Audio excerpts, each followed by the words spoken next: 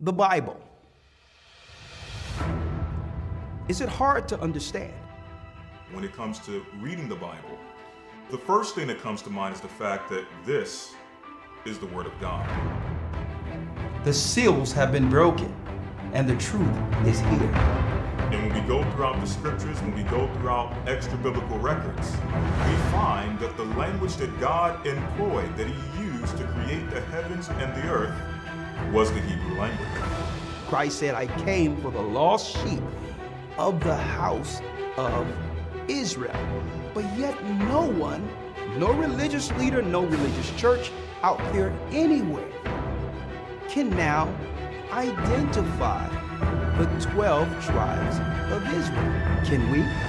God is quite simple, but it seems as if man makes understanding Him hard. What are those mysteries? The truth of your book and the truth will make you free. The Hebrew and Bible Academy, you're invited.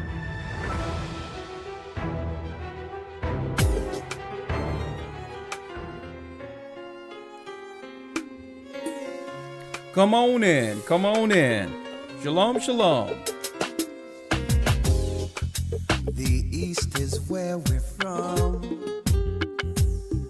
The 12 tribes of Israel. In 721 BC, the Assyrian king, he took us down, we fell. Come on in. With a great escape we went through the Euphrates. The Lord held the water still. To a land where no mankind dwelt, we went. Come on. The 12 tribes of Israel. That's who we be. Manasseh, the Cubans, Ephraim from Puerto Rico, and Valley from the Shalom, shalom. The Lord is calling back Israel. Zebulun from Panama, Gad, the North American Indians, Simeon, the Dominicans, the highest gathering Israel. That's right, the Most High is gathering Israel. I'm Elder Ricashiar of the Gathered of Christ Church, here with our weekly podcast. It's really a broadcast going worldwide throughout the four corners of the earth, proclaiming truth. That's right, folks, proclaiming the long-awaited truth. Okay, hit that like button. I know I'm jumping in a little earlier, but there's so much to unpack in this particular broadcast leading up to the Hebrew and Bible Academy, so I couldn't wait. I'm sitting here with everything all set up, right? Everything all set up over here, right? I just got my brand new SSL set up for the upcoming productions over there where my studio is. Let me turn it around so you can see it.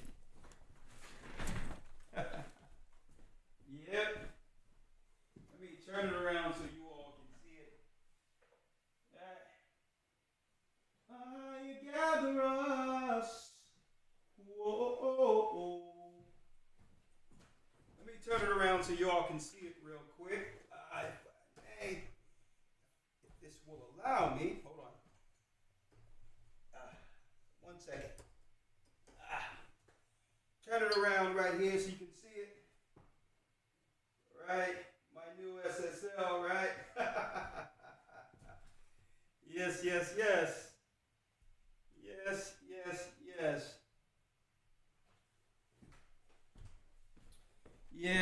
Yeah. So thank you for all your help with what we're doing here. Boy, we got a brand new setup. Got my SSL set up over there. Brand new production going into the Hebrew and Bible Academy.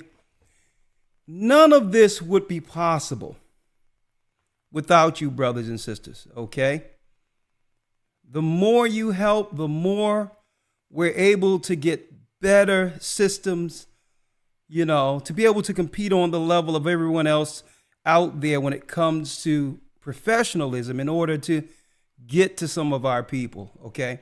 So first and foremost, I would like to say a humble thank you to all those who have always supported the Hebrew and Bible Academy, the church, tithes, offerings. There's nothing that we've ever stated in this church, okay?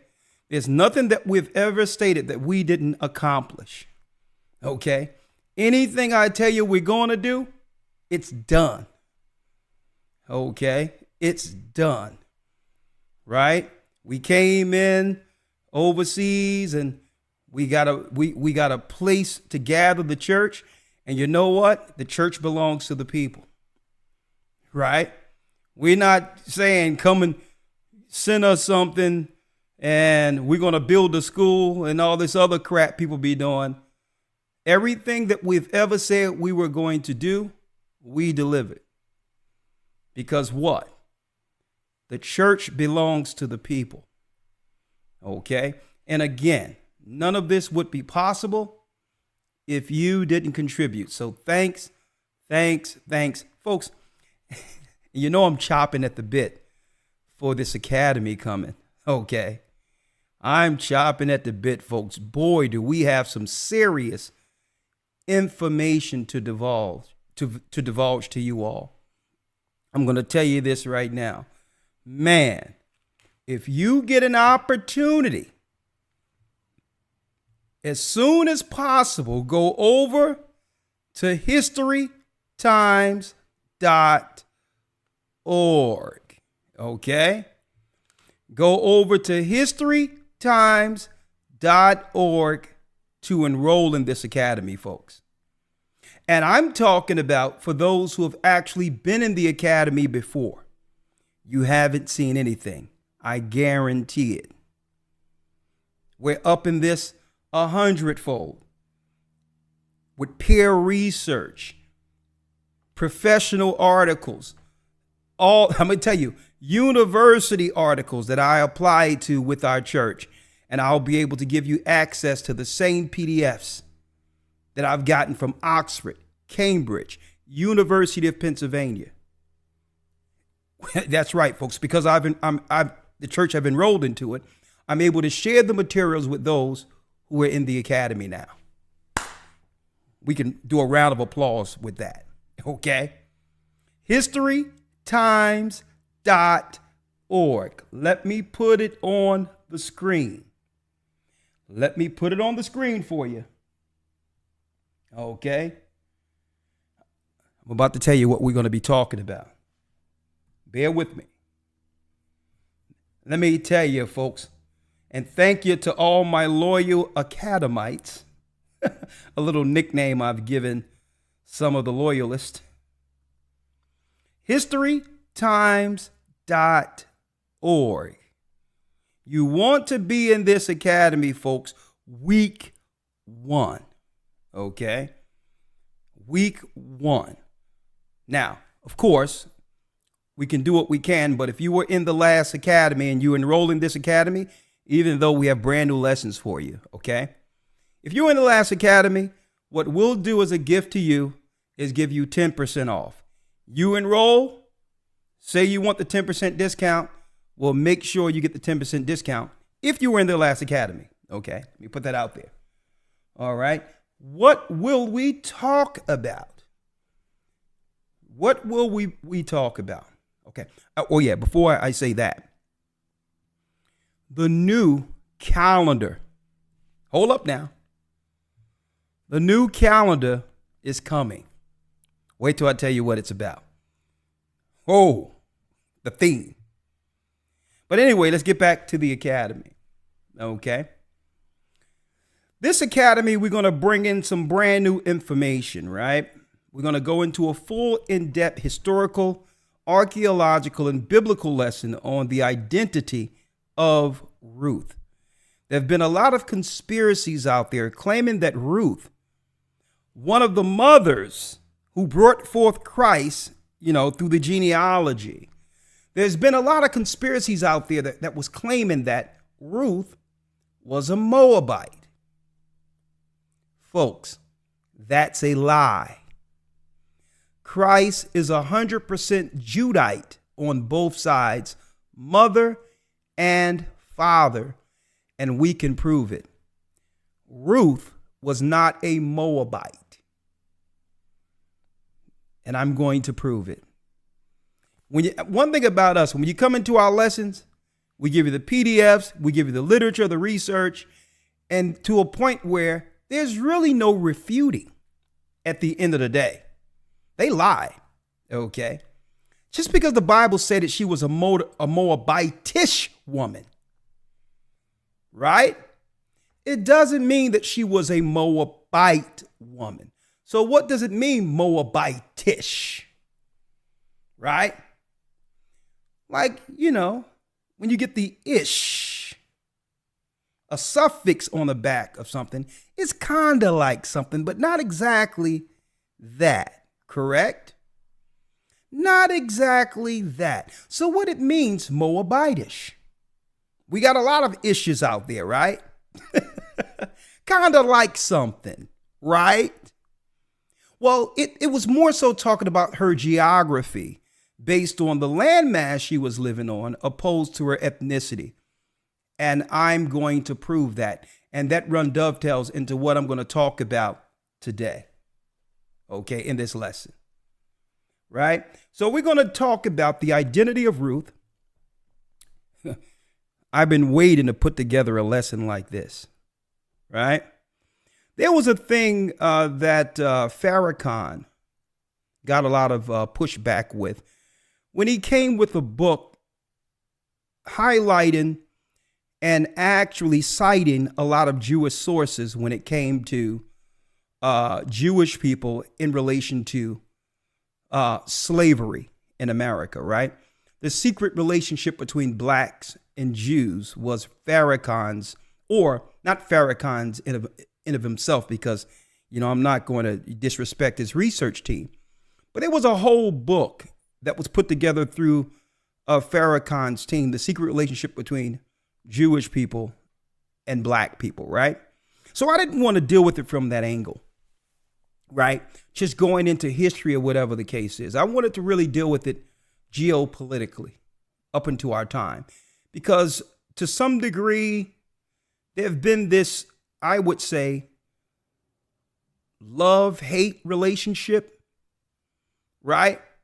When it comes to entertainment, business, it seems like one was dependent on the other and vice versa on either side. It seems like under certain circumstances, blacks and Jews were able to work together for certain causes, culturally or whatever the case might be. Like there's this relationship there, but no one really quantified it historically according to the Bible. So you know what? We did it. We have done it. We have a lesson called The Jewish Relationship with the Tribe of Judah. And it's an honest assessment. It isn't anything that someone could deem hating people, whatever the case might be, or on either side. But there's definitely a relationship there, right? A tangible relationship that can be actually what? Quantified, where you can see this throughout history, even, during the time our people came off the slave ships and all that. But there was two separate relationships going on, right? And some could say on one side, good, the relationship, and on the other side, there's some evil, good and evil. So who have quantified it?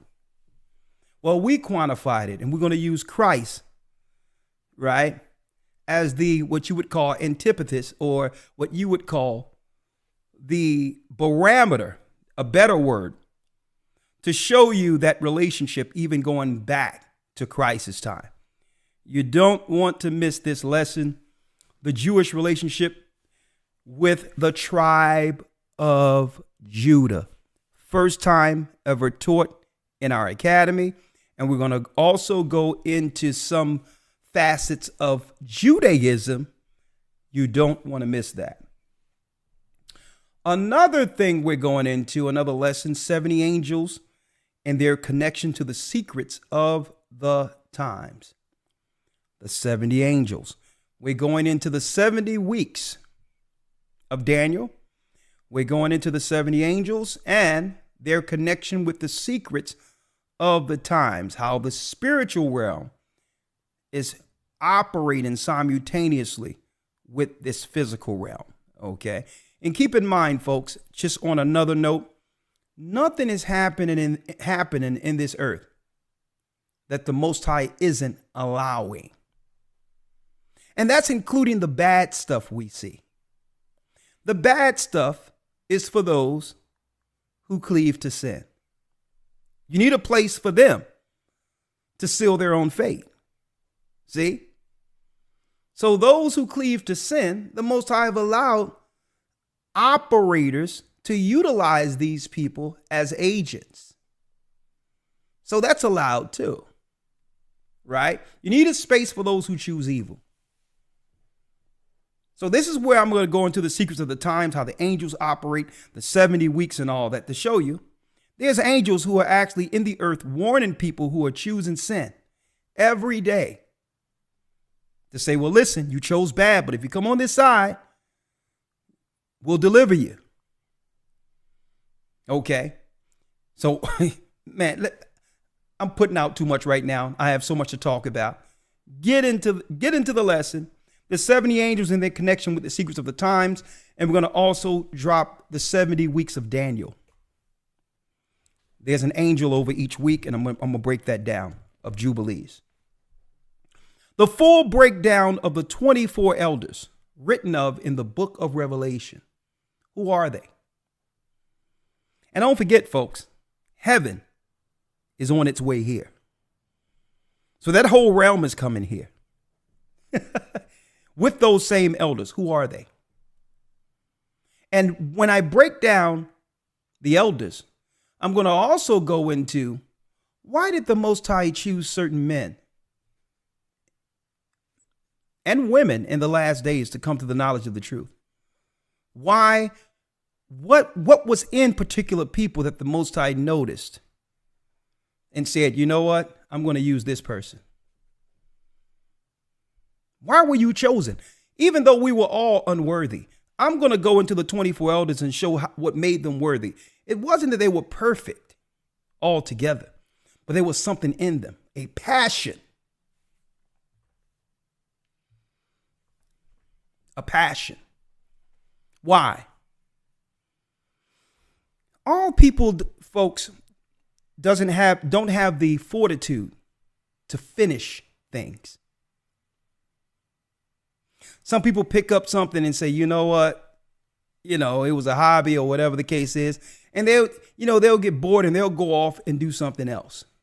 Right? But there's a certain level of perseverance in the chosen that the Most High see. Finishers. The difference between those who just exist, I'm going to tell you, there's a difference. Someone who take on a burden or a mission and to carry it all the way until the end, like Christ did.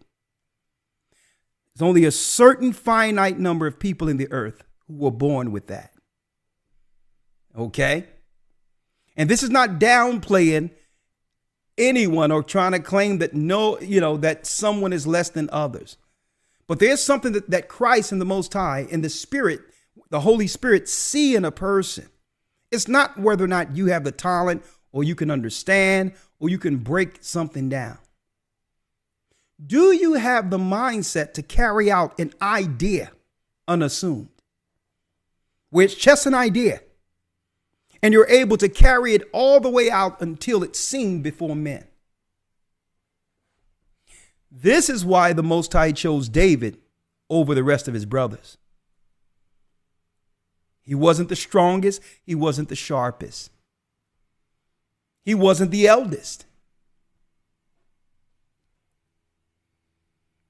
But with that occupation, folks, as a shepherd, it really cultivated that spirit in David when it came to what? Being meticulous, understanding the full scope of protecting something that his family needed, which were sheep. It was their clothing, it was their food, it was their fertilizer. Dead sheep means what? That's right, no clothing. And he was so on these sheep, they were like friends to him, folks. And I'm going to tell you, there's a gift the Most High can point out that gift in a person who can accomplish an unassumed idea. I'm going to be talking about that. Hit the like button. And we're going to have marriage roundtable discussion with special guests. You don't want to miss that. We're still trying to get some guests. I don't want no arguments on this set, so I'm going to try to be as balanced as I can, because you're going to have some fiery men and women on the panel outside of the church so that we can come to just a consensus, with a balanced conversation, and you don't want to miss the roundtable discussion. It's going to be good. Walking with the commandments of Christ will be another lesson. And also, brothers and sisters, I'm working on this as we speak. We're going to try to get either an imam or a representative of Islam to come on for a healthy discourse, right? With the lesson. That's right. The truth about Islam. We're going to try to find an imam. I'm already working on it, or someone who's well versed in the Quran to come on to our broadcast and have a healthy discourse with the history, the Bible, and all of this. And this will be the points for discussion. The bullet points. Is Islam the religion for black people? And if so, why? We're going to put it out there. Now, we know they're going to say it's a religion for everyone, but I'm going to say, well, okay, let's talk about black people. Is that the religion for black people, or whom you deem are black people? Because we're going to lay the whole gambit out. Do you know that these black people are the children of Israel? And I have had Arabs in Egypt tell me that they knew that blacks in America are the children of Israel. Did you know that? And if so, was the religion we had, or the beliefs we had in the Bible first, above the religion we founded later after getting conquered by Arabs who are Ishmaelites? Whose prophet is better? Who is the greatest prophet? Is Christ the greatest prophet, or your Muhammad? Okay. And if so, you open up your Quran. I got a Quran right back here with me, and the Bible, and we're going to find out which prophet is above all prophets today with your book and my book. You don't want to miss this, folks. A healthy discourse on Islam. Man, there's going to be some smoke on that one. Anyway. Oh, yeah, it's going to be some fire coming off the screen on that one. It's been a long time since we had one of those. So get in the academy. Yeah, it's going to be something else. And the theme in the academy, especially during the news, will have what? Preparation. It'll be all about preparation. While we're breaking scriptures down and all that, we'll make sure we give you the tip of the week to make sure there's things you can do, folks, in preparation for your home. It doesn't matter if you got a small building. It doesn't matter if you living in an efficiency. It doesn't matter if right now you don't have a big place to stay. There's always something you can have in preparation for when the lights go out, because the lights will go out. Probably not in a year or two, but it will happen.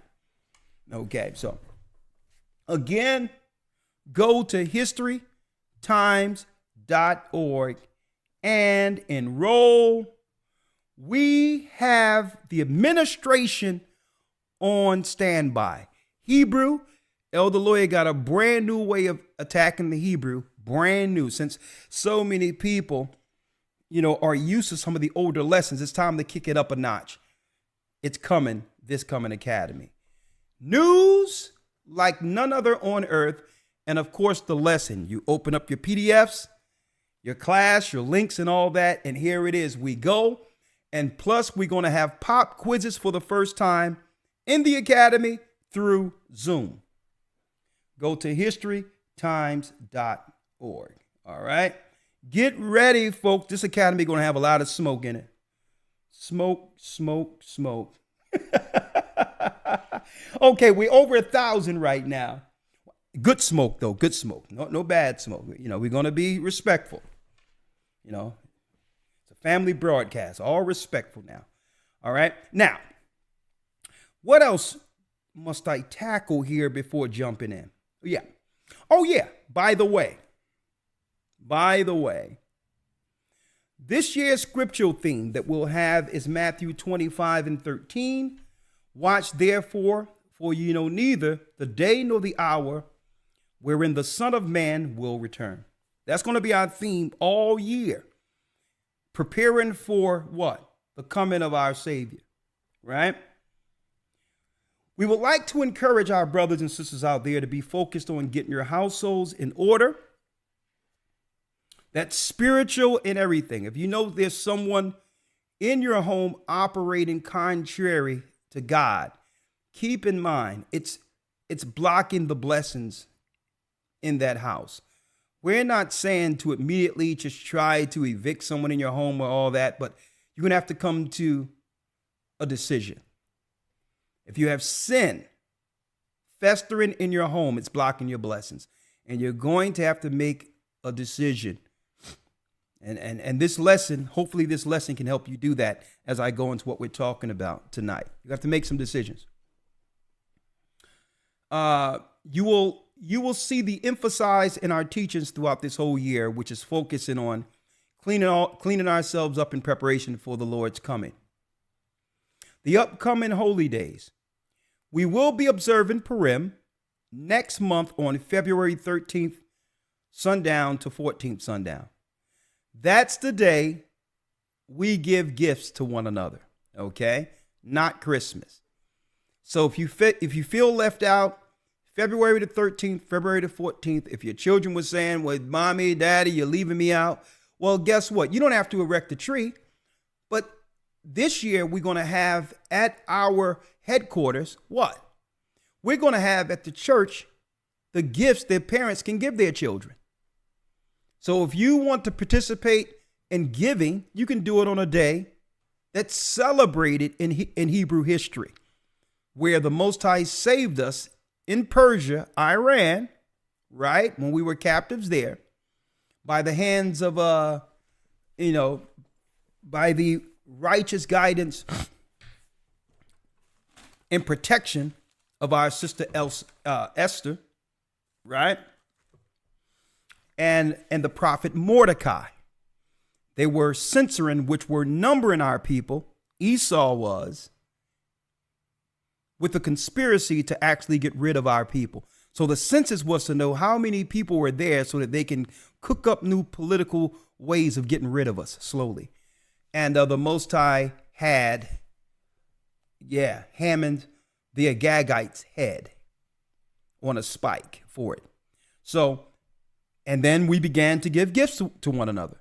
So that was the day to give gifts. Purim.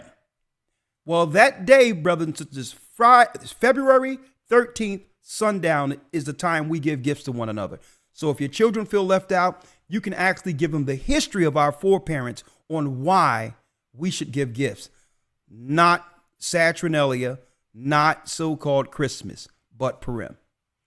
February the 13th and 14th, we celebrate by feasting and reading the scriptures and the history of the event that led to our people, the Israelites, being saved from our enemies in the book of Esther, the 7th chapter.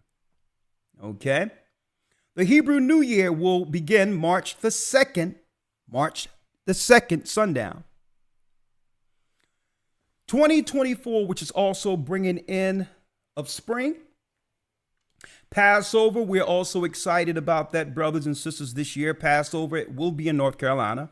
North Kakalaki, the home of my mama. She was born in North Carolina. May the Lord bless her soul.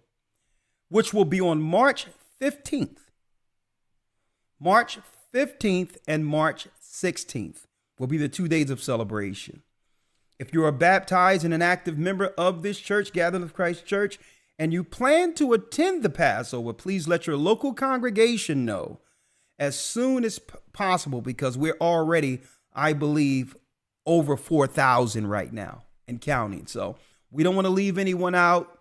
That 4,000 is really the Midwest, East Coast, right, area, not counting the numbers we have for the West Coast, which is California, Phoenix, and other areas like that. And plus, the UK is going to be big for the Passover at the same time. Canada, Africa, different. I mean, this may be one of the, this is going to be one of the most, I would say, sought after, I would say, gone to event of Passover since the beginning of this church. So if you're interested, get with us. Send an email, gatheringas1@aol.com. Get with a congregation so that you can be a part of the Passover. Okay. And last but not least, let me jump right in. The new GOCC calendar 2024, featuring a new theme: Our King's Return. Right? So when we speak of the awakening of the children of Israel, Judah in America, rising up in the understanding of who we are as a people. This is why they're pushing all these other things, feminists and these letters and all this and all these others, because they're trying to drown out the fact that the Most High has awakened the lion, Judah, the man. But really, this awakening, folks, have the elite quaking in their boots, because when they see Judah in the awakening, they know it's only a matter of time before the prince comes, the king comes to stand. Hold on. They go, lawyer. Okay, lawyer, I see you. It won't be too long before the king comes to stand as king and general over the takedown.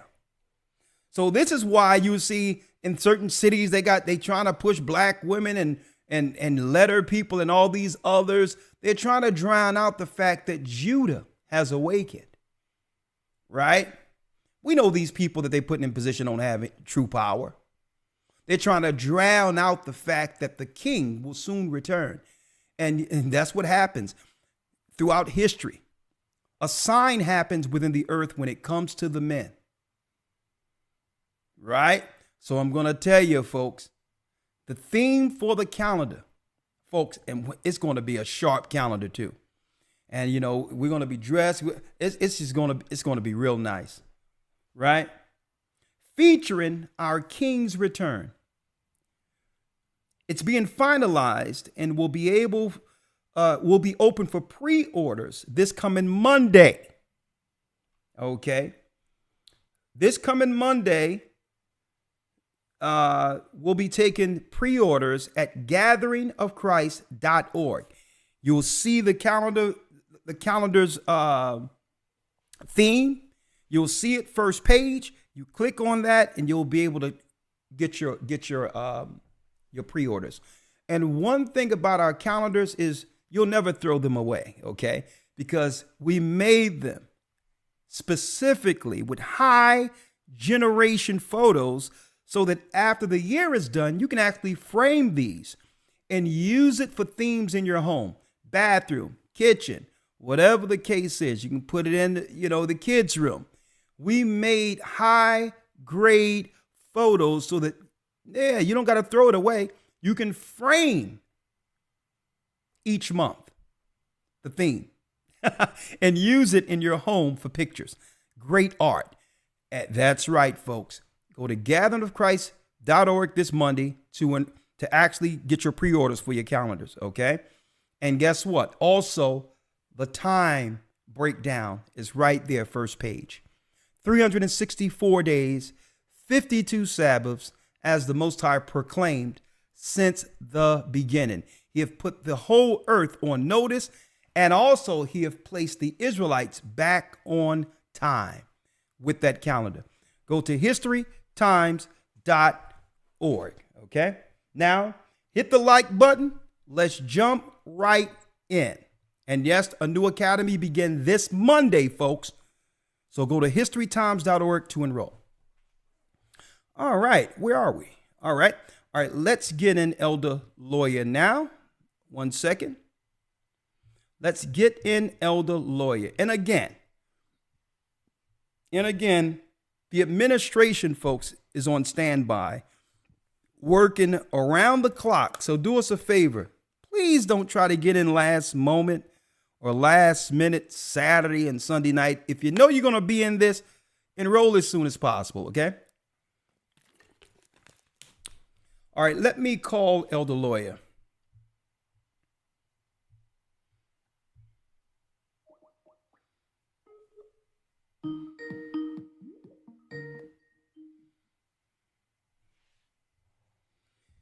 Shalom, Elder Lawyer. How are you? Shalom, sir. I'm doing well. How about yourself? I'm blessed by the best. You sound good today. And we're going to jump right in, Elder Lawyer, actually, since you're here. Shalom, Elder Lawyer is in the house. All right, Elder Lawyer, we're going to jump right in, right? I've already did all the announcements, and I'll probably do one more announcement before the lesson is done. But our broadcast today, Elder Lawyer, listen to the title. The unspoken conspiracy. The unspoken conspiracy against the children of Israel. There's an unspoken conspiracy. Everyone can see it. Right? And in a nutshell, I wrote out my points here. Right? That there's an, I would say, concerted effort to paint our people immoral before the world. And no one wants to talk about it. What media and what the world is allowed to do when it comes to attacking us publicly, right, isn't allowed against any other people or race on earth. And the question is why? Now, this is deeper than politics, Elder Lawyer.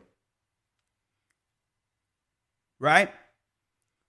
There's also a religious campaign aimed against the same people, our people.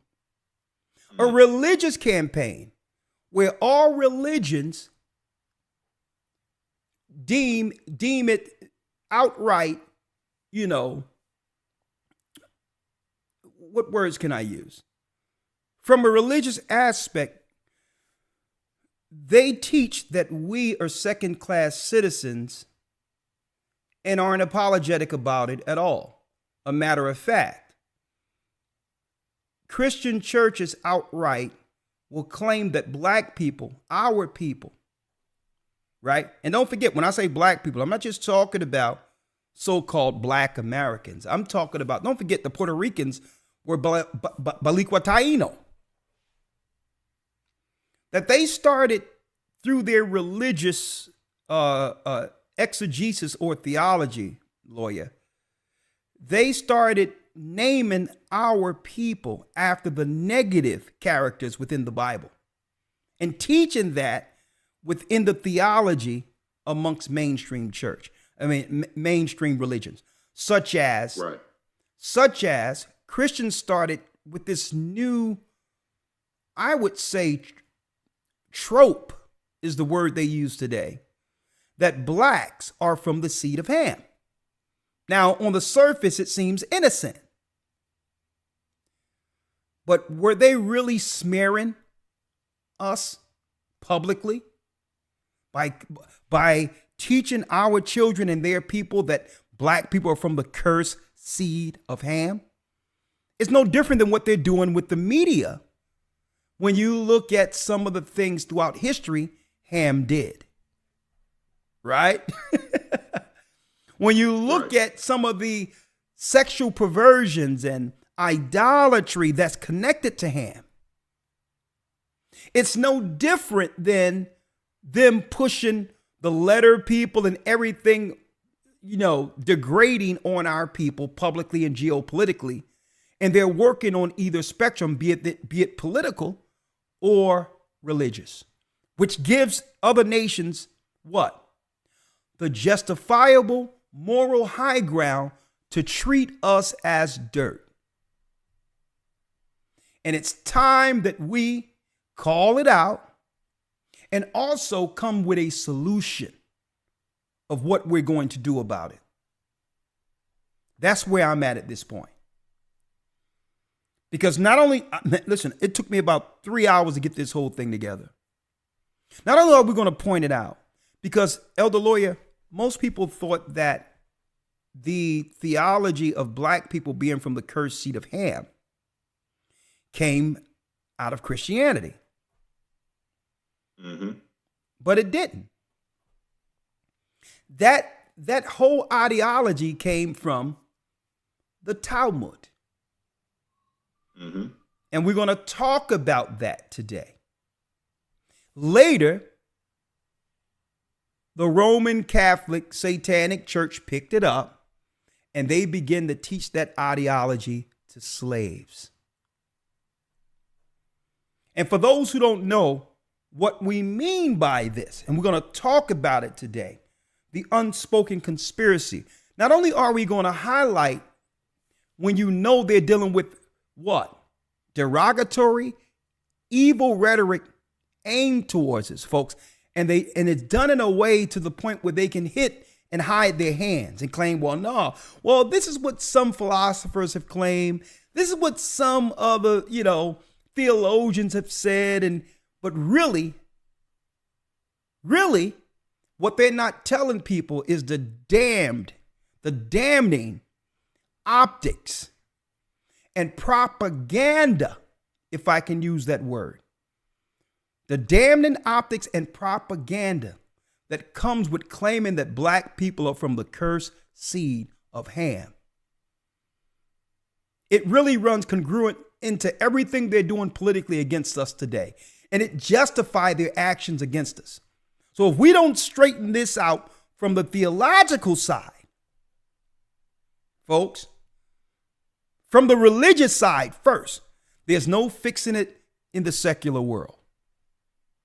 Because we have to make a clear delineation. Why? Because this is why, Elder Lawyer, so many people are walking away from the Bible. They're claiming that, look at the Bible. The Bible says that we're the worst.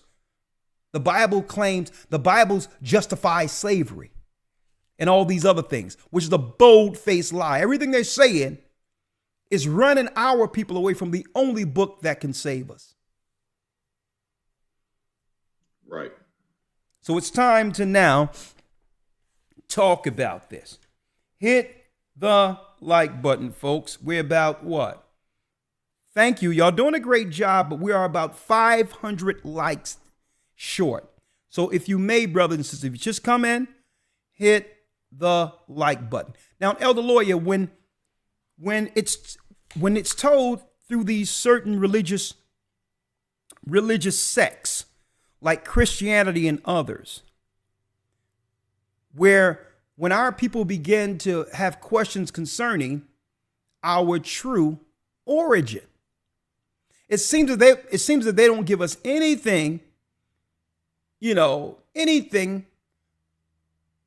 other than slave ships. When we look into our history, it's black people from Africa who came over on boats, right? And then when we say, well, okay, what happened to these particular people was of biblical proportion. You can't claim that this was just some regular old servitude. This was something different, the transatlantic slave trade. That must be marked somewhere in the Bible, right? So they knew we would have questions concerning how, out of all people, our people were treated as such. So they came with a theological answer. And what was that answer? If these blacks come to you and ask you, why were they enslaved? You tell them, according to the Bible, that they are from the cursed seed of Ham. That's it. Right? Right. Now that's dangerous. And I'm going to show you how dangerous that is. Folks, you notice how the dominant society who's in power stand up at every turn in an attempt to refute that they're actually from the seed of Edom. Why don't they just embrace it as Gentiles? Think about that, because they know what comes with that historically. They understand that Esau in the Old Testament was the bad guy, and that the only way that they can actually have any opportunity is to change under Christ. So politically, they understand what it means before the world if they're called Esau. Well, why not embrace being Esau as a Gentile? Why? You know why? Because they understand the power of propaganda. They can't be viewed as anything outside of the hero. It's a chink in their armor if they are able to receive that they're less than what they've been portraying. That's why they push back. But you notice there haven't been an overall pushback on our side concerning the church calling us Ham, when the Bible never said we were from Ham. Elder Lloyd, let's get that scripture real quick. Yes, sir. Let's get it. Now, this is what they'll tell us, right? If we go to our pastors and say, well, listen, I need to know who I am. According to God, I know there's no black people named from the sons of Noah. There's no such thing as black people. All people were people of color before Esau came into the earth. So I don't want to hear about this color thing. Who am I? What's my bloodline? And immediately they'll say, well, if you twist our arms and you really want to know, well, we were taught that you're from the cursed seed of Ham, which justify you serving us and serving all races of people. That's what they'll tell us, right? Elder Lawyer, let's get chapter and verse real quick.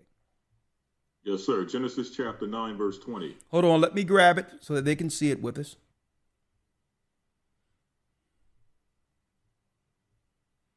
Let's read it. Hold on. Let's get it. Chapter and verse. Yes, sir. Genesis 9 and 20. Genesis 9. Hold on. Hold on 1 second. Now, this is where they'll take you to, your pastors, right? Now, mind you, let me emphasize this, folks.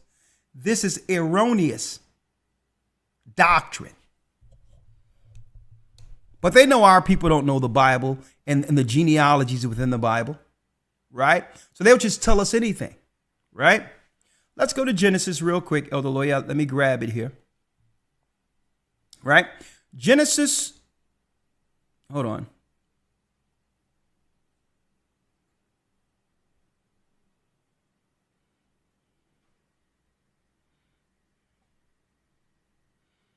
All right, here you are.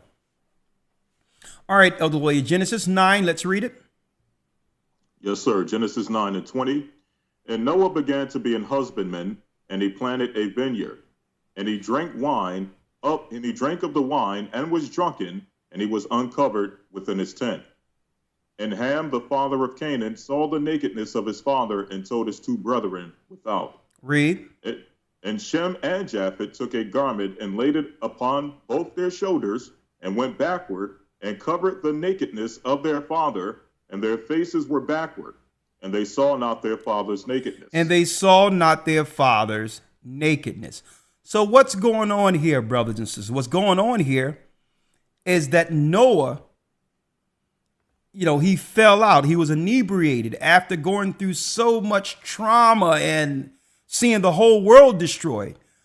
No soon as he got some grapes, he made some wine and got trashed. Okay, he's like, listen, I need some relief here. Mm-hmm. Ham mocked him. You're not supposed to look on your father's nakedness. Japheth and Shem seen him out there saying, look at dad. He's wasted. And they had an argument with Ham saying, you don't supposed to do this to dad. They put the sheet on their shoulder and walked backward. Japheth and Shem, and covered Noah. Saying, you're not supposed to do this. Right? You're not supposed to do this. You're not supposed to look on your father's nakedness. And that goes into what? Some of the perversion that's connected to some of Ham's sons. You see how they try to connect us to that way back then?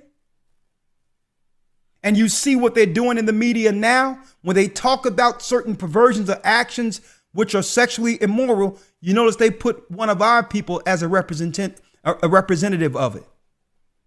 So they can justify, in this way, they justify calling us Ham.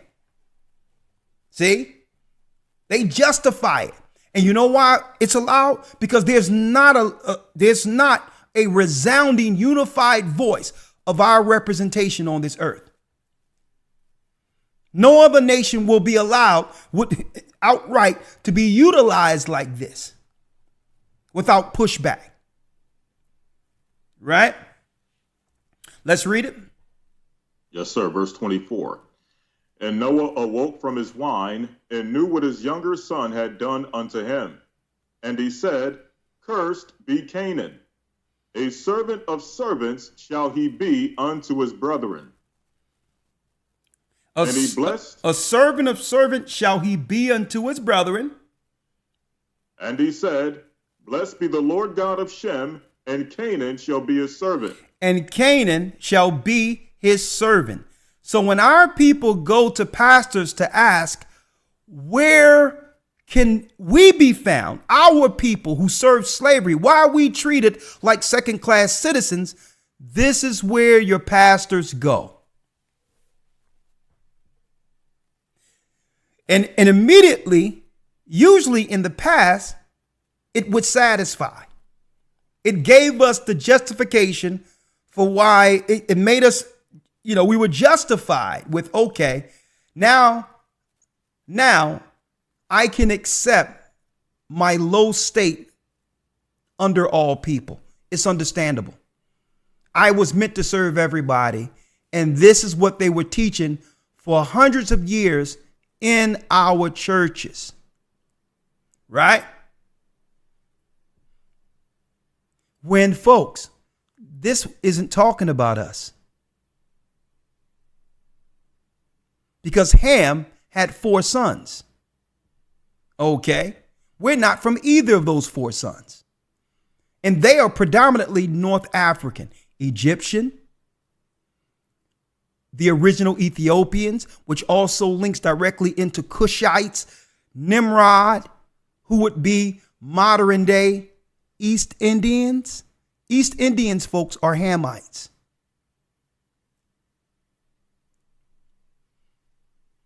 Not all of them. The southern parts of the southern parts and the southwestern parts of East India, is a lot of our people there. But the majority of East Indians, when you see them real dark with the black, long, stringy hair, looking like Egyptians, folks, they're Hamites. Haile Selassie was a Hamite. Okay, those were those people. Then you had the Philistines, which, believe it or not, the Philistines were the governing body of what we would call the Palestinians today. They were the governors and all that. And they mixed themselves amongst the modern day Palestinians.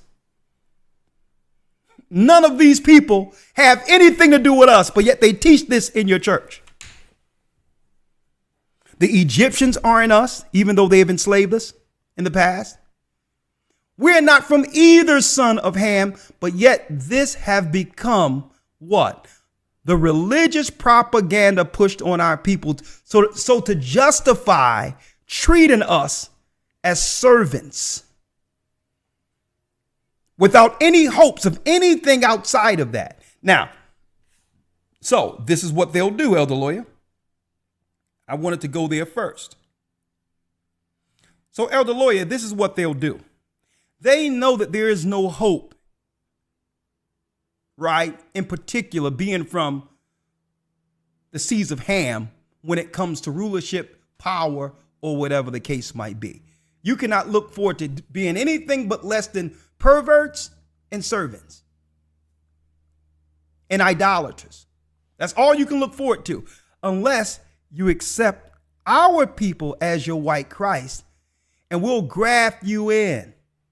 So you can appreciate that we're extending an olive branch for you as a Gentile to only escape the stench that comes with you being from Ham. You see the game? So now we are indebted to those who've enslaved us in appreciation for them receiving us as the Jews or Christians when we were nothing more than lowly servants with no hope. And now we'll embrace them as the people through that propaganda.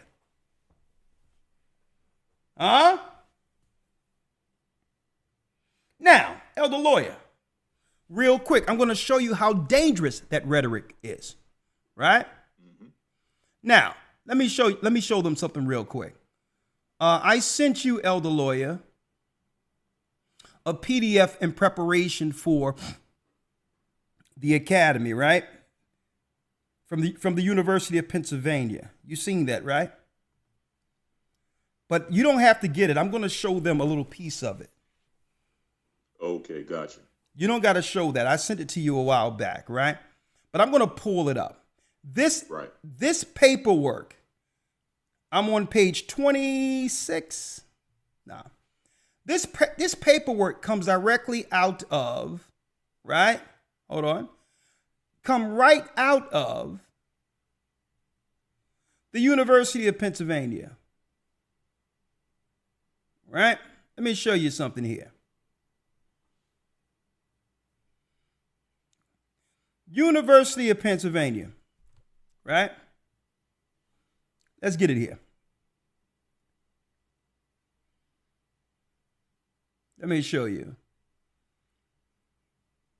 And I'm going to show you the rabbi who began that rhetoric, right? Right? Let me get here. Right? Hold on. Make sure I got everything lined up here.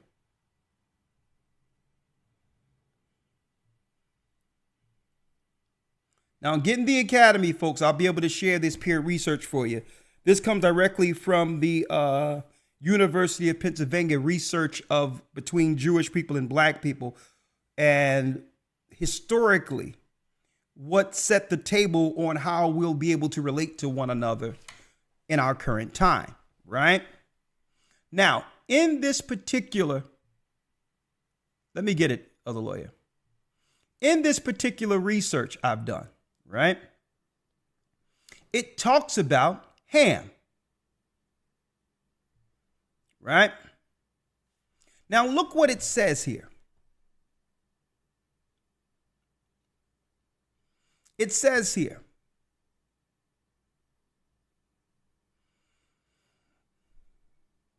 it says right here, there's so much here. Let me just get this amount. It says here, per QD Rabbi Eleazar says that God blessed Ham with dark skin. Right? Now, this is a rabbi. This has nothing to do with Christianity. This is what? This is directly from Jewish sources. Right? Now, who is per QD Rabbi Eleazar? One might ask. Well, when you go here, it tells you who he is. Right? He's well known for Talmudic or Jewish literature. Right? What was he known for? What was he known for? All right. It says, per the Rabbi Eleazar, a Jewish Babylonian Aramaic, right? Rabbi, Jewish, a European Jewish man. Abbreviated Padre is what? It says an Agadic Midrashic work on the Torah containing exegesis and doing what?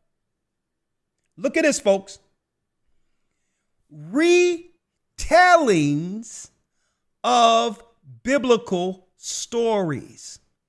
So what did this guy do?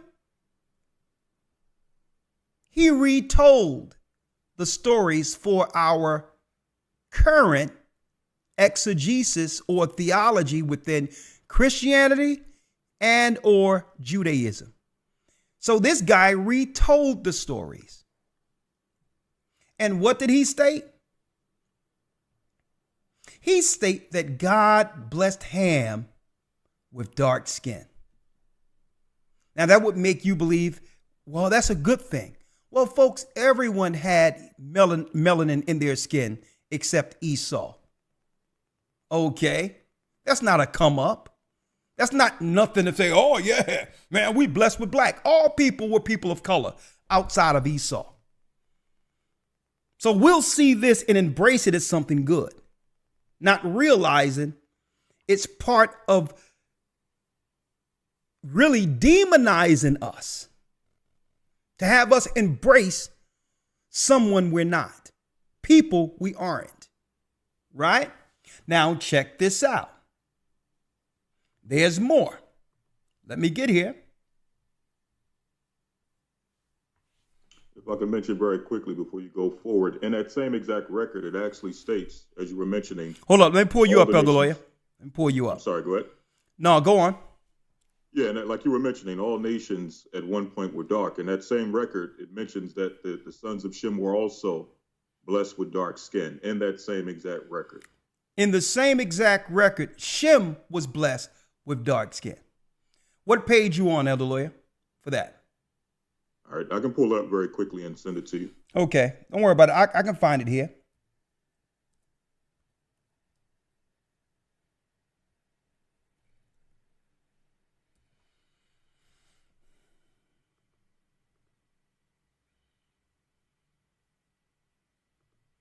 One second.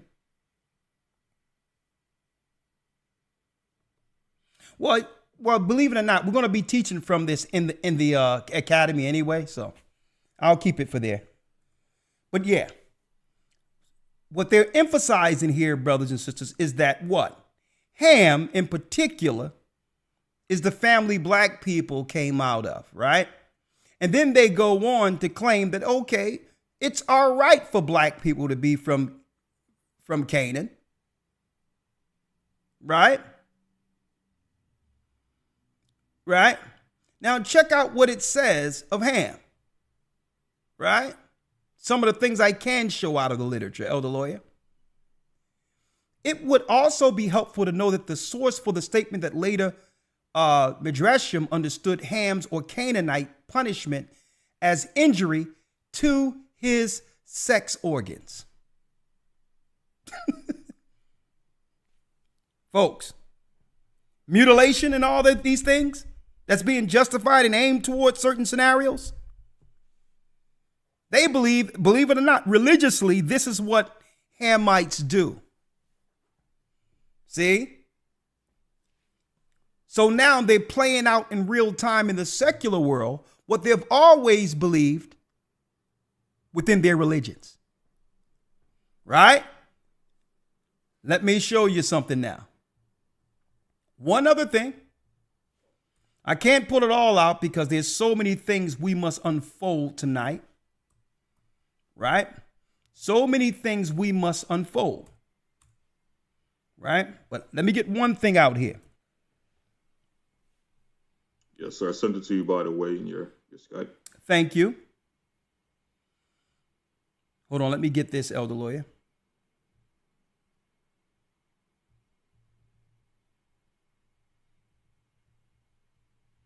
One second. University of Pennsylvania.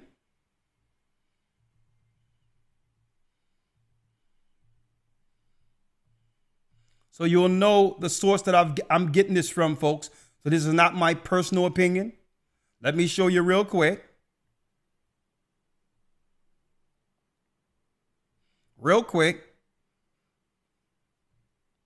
University of Pennsylvania Press.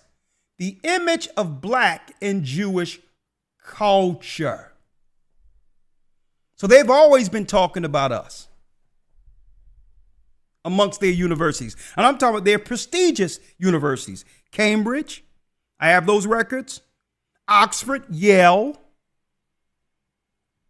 Okay. Even the University of Pennsylvania. They've always been keeping tabs on whether or not our people are waking up to the fact that we're actually the children of Israel.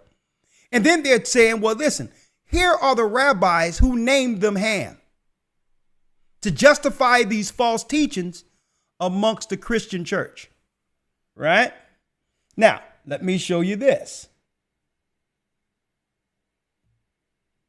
Right?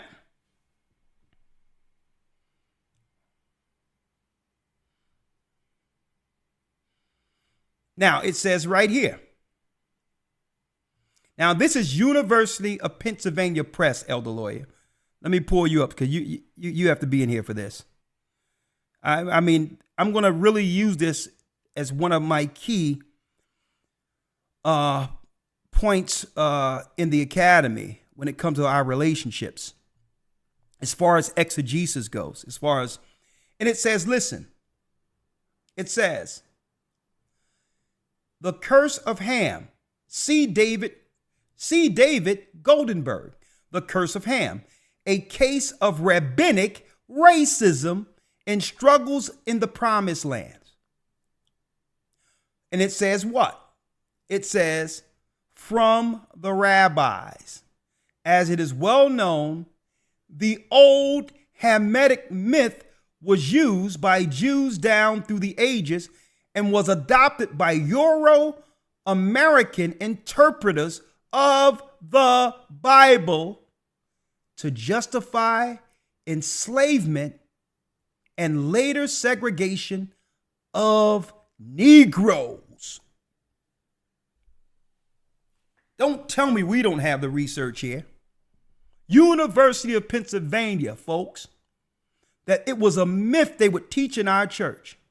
And it was used by those within Judaism first and was adopted by the Euro-American interpreters of the Bible to justify the enslavement and later segregation of the Negroes. And folks, they were able to use this trope of calling us Hamites to justify treating us as 3/5 of a man in the American Constitution. They were able to use Ham should be a servant of servants to justify to the Christian right that we can be, that they can do whatever they want and be justified to us because we're less than people. Huh? And if y'all think that's something, folks, hey, y'all need to be in that academy. I'm going to tell you that right now. There's more, Elder Lawyer. There is more. And you know what's deep? I just signed up to get some of this literature because sometimes you have to pay, to get further layers. They'll say you have a subscription and then they'll say, well, in order for you to get this, you got to pay that. I'm like, you know what? I'll just pay it all out for the year and get everything I need. Right. So, Elder Lawyer, here's the danger in this. If behind closed doors they could justify claiming that we are a people who were really at odds with God throughout the Old Testament, and they teach this amongst their political elite circles, be it amongst the other races of people, religiously they think they have the right to treat us like nothing without recourse. So and I'm going to tell you, if we don't get in front of this and make a clear delineation, and I'm going to talk about how we can do this tonight. So they tell you that it's a myth. But you notice, Elder, they never got on CNN. They never got on mainstream media and said, you know what? This was a myth created by this rabbi to justify treating our people as subhuman. Because many respected churches began to pick it up, where pastors now are taught in theologian schools that we're from the cursed seed of Ham. If you were going to go into slavery and the reasons theologically of why our people, black people, have served other nations, why they didn't go to Deuteronomy 28? If you were going to use the Bible, why not use Deuteronomy 28? Because it's counterintuitive to what they were trying to do politically. Because if they went into Deuteronomy 28 to show the curses of slave ships, then questions would arise. Well, if these people who are serving you are Israelites, then who are you? Who are y'all people? Let's have a dialogue then. Right? Now, Elder Lawyer, let's go into the danger. Let's go into the danger of allowing other people to frame who we are. Right? And I think to some degree, Malcolm X was on to something. He was like, listen, I don't know who I am, but I'm going to be X until I find out. I know I'm not who you people claim I am. Right? So I'm not going to take on these terms of Negroes and others when there's something greater with our people hidden by your people. Why are you teaching in our churches that black people who are suffering in the ghettos, how and why are you teaching that they are from the cursed seed of Ham? And you know that's a lie. What is your intentions? Because when I go into the cursed seed of Ham, there's nothing I see good back there. So why would you choose them out of all the families you could have chosen to claim our black people are, who black people are? Huh? I'm going to show you why. And I'm going to show you why they will never allow us to frame publicly who they are without resistance. And it's time for us to take these same stances, because this is not just secular here. They had to smear us religiously first. They had to, boy, I'm chopping at the bits with this. Oh, I am. The conspiracy against the children of Israel. Elder Lawyer, give me one moment. I'll be right back, folks. Sign up historytimes.org. I'll be right back, and we're jumping in to the bullet points. I'll be right back. Yes, sir. The Bible. Is it hard to understand? When it comes to reading the Bible, the first thing that comes to mind is the fact that this is the Word of God. The seals have been broken, and the truth is here. And when we go throughout the scriptures, when we go throughout extra biblical records, we find that the language that God employed, that He used to create the heavens and the earth, was the Hebrew language. Christ said, I came for the lost sheep of the house of Israel. But yet no one, no religious leader, no religious church out there anywhere can now identify the 12 tribes of Israel. Can we? God is quite simple, but it seems as if man makes understanding Him hard. What are those mysteries? The truth of your book and the truth will make you free. The Hebrew and Bible Academy, you're invited.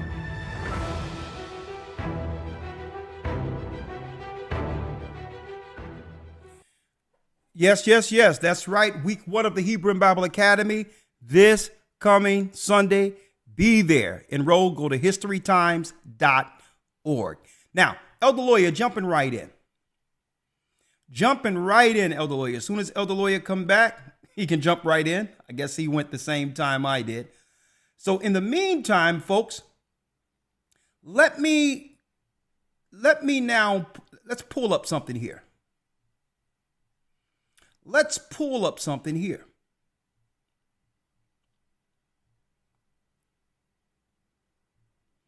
Now, oh, yeah, thank you, Elder Lawyer. You're back. That's great. All right. So, Elder Lawyer, what do I have in front of us right here? I have a lot of bullet points. So first, we're dealing with the unspoken conspiracy against the children of Israel. We are the children of Israel, okay? There's an unspoken conspiracy, right? Now, what I'm going here is when you go into the Holocaust Encyclopedia, right? The Holocaust Encyclopedia, right? And this is information coming directly from the Holocaust Museum here in Philadelphia. A monument. I mean, this thing is just, it's an amazing building when you see outside how they went down there near Old City and built this museum. It's out of this world. They spared no expenses for this, all right? Now, some could argue or, debate whether or not something like that should more so be over in Germany to remind these people, the Germans, not to do this again. But I digress. The Holocaust Encyclopedia. And what they did here is they talked about the dangers of Nazi propaganda. Now, I'm going to slow walk this. Why? Because you have people out there who are allowed to propagate negative stereotypes connected with us, right? Be it through media today, or if you look under religions, they'll say we from the cursed seeds of Ham, which is negative propaganda. Because people treat you according to these optics.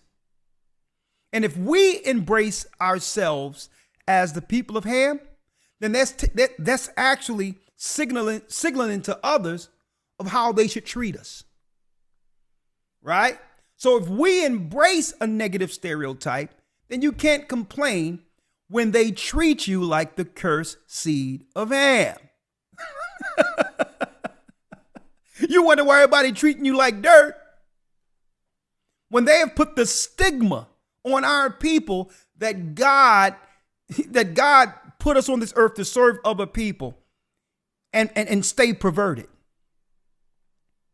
Hence the reason why they'll always, through the media, find some people in our neighborhoods or in our community who's able to take on those stereotypes to be portrayed as negative around the world.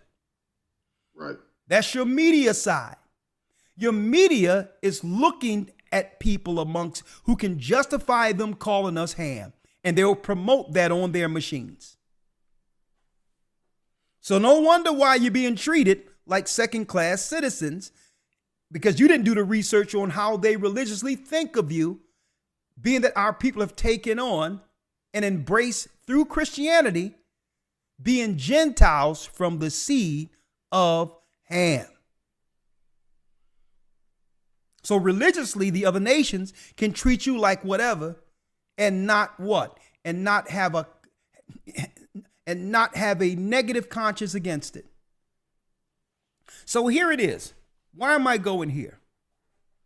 It tells us here on the Nazi propaganda, the Nazis effectively used propaganda to win the support of millions of Germans in a democracy and later in dictatorship, to facilitate persecution, look at it, war, and ultimately genocide. The stereotypes and images found in Nazi propaganda were not new, but were already familiar to their intended audiences. So what is this saying here? If media, Elder Lawyer, is allowed to portray one group of people negatively, it justifies what? The solution to genocide these same people. So it's important. So it's important that what? It's important that we stand in front of how others propagate or promote us before the world. Understand this. So let's go through a few. Real quick, Elder Lawyer. So they say they're going to get in front of this propaganda. What was one of the propagandas? Communicating the Nazi message. Nazi anti-Jewish propaganda. Following the Nazi seizure of power in 1933, Hitler established a Reich of ministry, enlightenment, and propaganda, headed by Joseph Goebbels. Okay. And then there's still some research out there, but yes, there is research that Joseph Goebbels was actually have Jewish in his bloodline. But I digress. We don't have a dog in that fight. The ministry's aim was to ensure that the Nazi message was successfully communicated through what? Through what? Look at this, folks. And this is so important for our people right now. That Joseph Goebbels, the ministry aim was to ensure that the Nazi message was successfully communicated through art, music, theater, films, books, radio, educational materials, and press. Why is that so important? Because what they're saying here is this guy right here, Joseph Goebbels, used propaganda to portray Jewish people in a negative light using entertainment as well as mainstream media and theater that justified the Germans seeing the Jewish people in Europe as a lesser people. The propaganda was in place so that now if you go against these people, there'll be no political protection to save them. Any action negative against these people would be justified. See? And this is why today, as far as Jewish people, they get in front of anything negative that's out there against them immediately. because they have the history of how negative can lead to a people being utterly destroyed. So if it works for them to get in front of this, Elder Lawyer, why no one is getting in front of them, finding the base people in our society and portraying them as what? The image of our people throughout the earth with no pushback, knowing the end game if it's allowed. I need y'all to think about this because I'm going somewhere with this. So they know that you cannot allow a group to be portrayed negative without genocide. Without genocide being the solution at the very end. Right? So let's go through a few of them here. So they even know this. So why is it allowed politically? Right? Let's go. Let's find some more. The role in the film. Here's a poster for the anti-Semitic film Der Ewig Jude, portraying them negatively. Right? Now you notice there's a dark connotation behind, a sinister connotation behind this particular portrayal that was in Germany. Similar to how when some of our people get arrested, the media would actually put a dark tint behind the perpetrator to make them look more sinister or what? More criminal than if you just put out a natural picture. Right? So they say, listen, they was portraying us negatively. Right? And it led to what? It led to no protection when they came after us. Right? So they talk about this all through the Holocaust Encyclopedia about the danger of negative press or propaganda. Right? Now, Elder Lawyer, I need you to check this out now. Why this is so? Why is this so dangerous? Well, I'm going to show you what they were doing, Elder Lawyer, and the audience there. The same time that the propaganda over in Europe was going on, this is how they were portraying us in media within the United States. Right? Look at this. Right?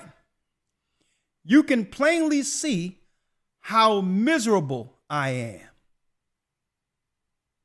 Now, they know the danger of propaganda, folks. But the media in the United States at the same time was running this as propaganda for us. Knowing that at the end of the day, if you portray a people, now we've had highly sought after intellectuals within our society throughout every generation that have changed the world. And I'm talking about high intellectuals. I'm talking about since the so-called founding of the United States, men like Benjamin Banneker, who designed all of Washington, D.C. Okay. Some of the most intelligent inventors. And this is what they were portraying over in America, as if there was some Nazi propaganda up against us as Israelites in America. Don't you know portraying us this way would lead to some level of what? Genocide? Right? Look.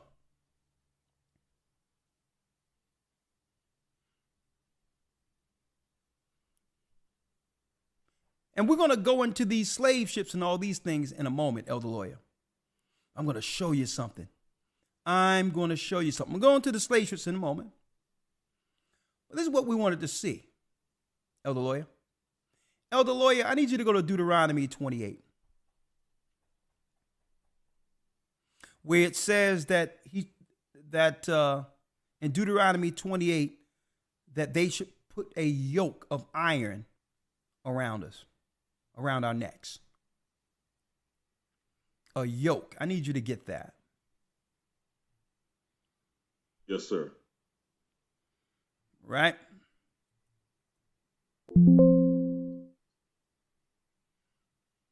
Deuteronomy 28 and 48. Right? Let's get it.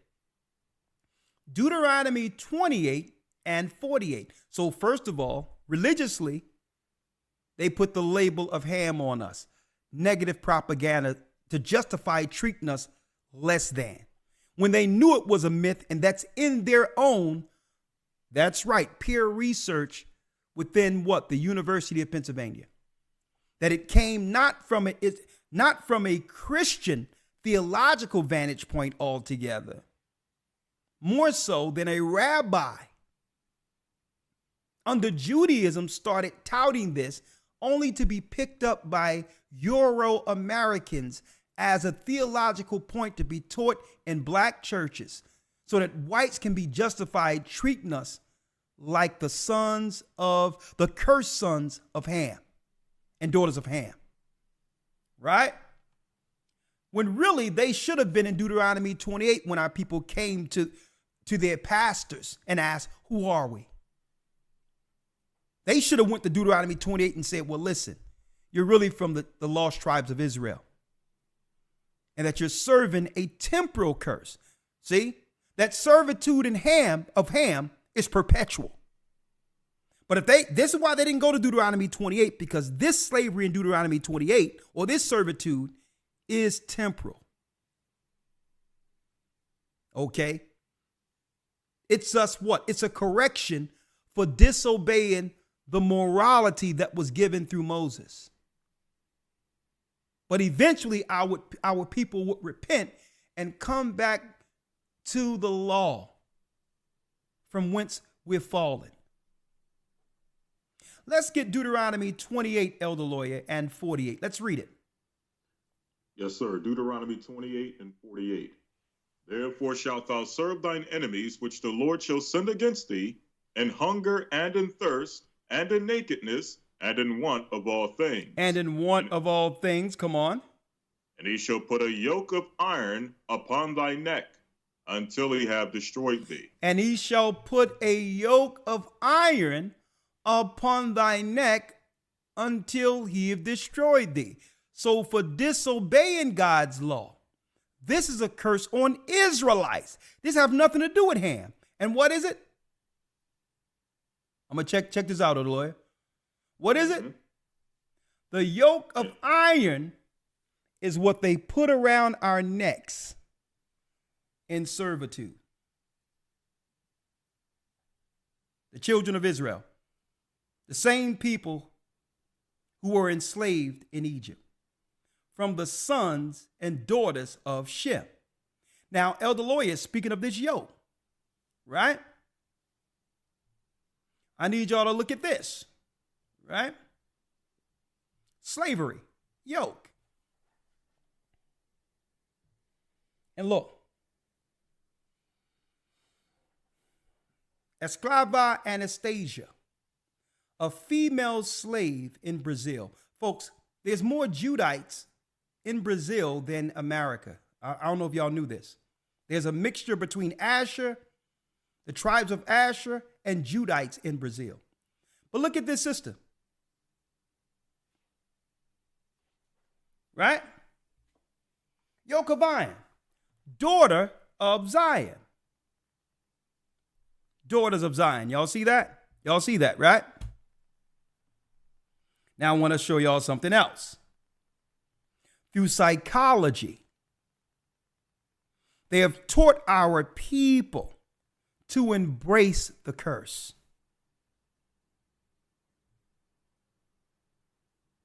What is this? What is this, some might ask? finding freedom in black BDSM. Right? Adding to the trope of the curse of Ham now. Black kink is about pleasure first and foremost, but it's also bound up with freedom and empowerment.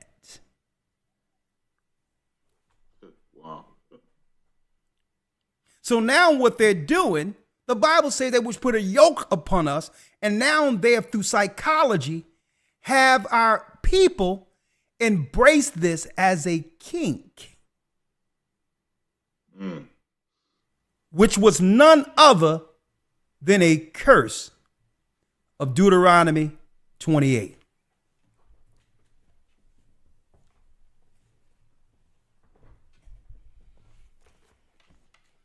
You see how they use psychology to have us embrace servitude?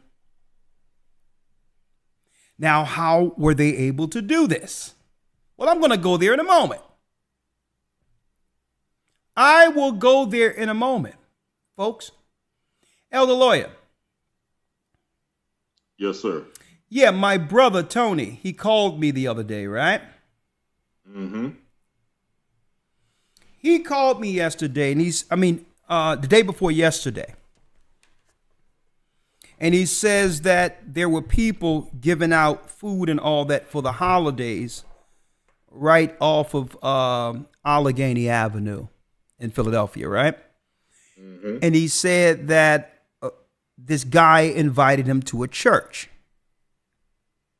And he said, you know what, since the guy seemed cool, he says, they had some food there.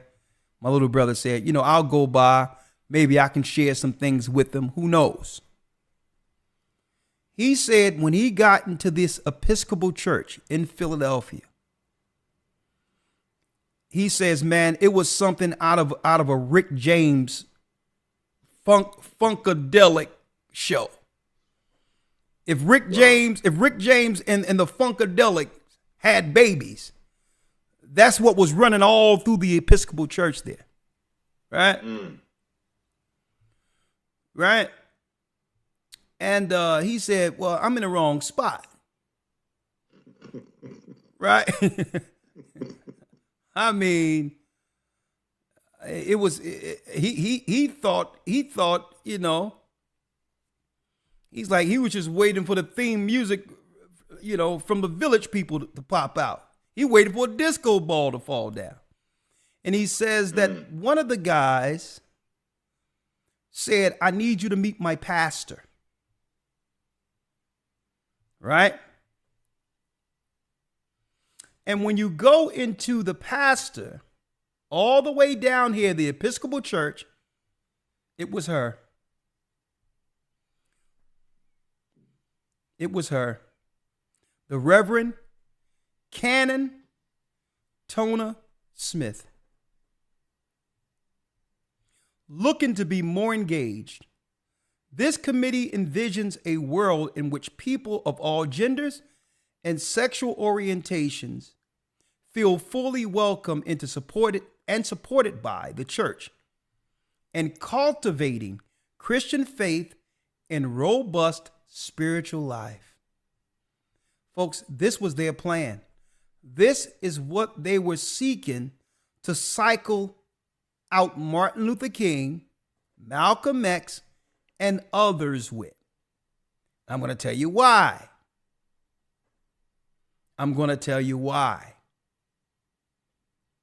Because others, no matter what your persuasion, would not have a lane to operate in. Okay? They couldn't have a lane. There was no lane in churches unless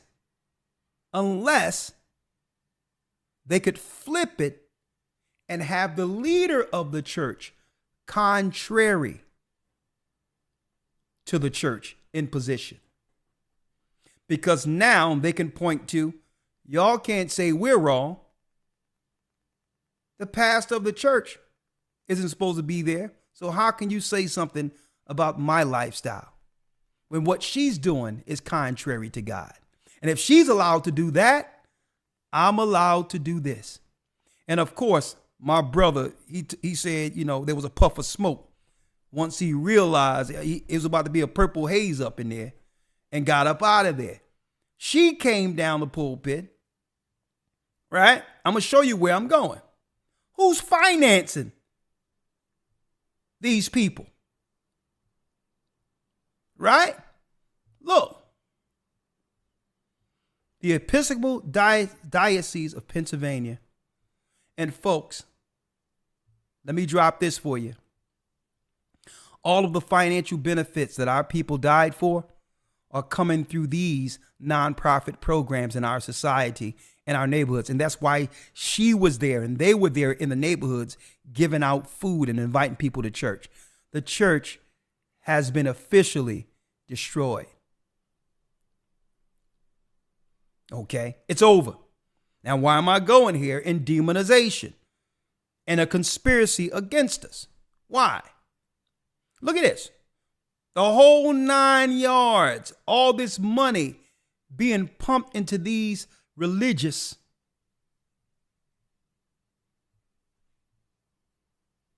Look at this. It's over. Now, what's wrong? Let me tell you folks how wrong this is.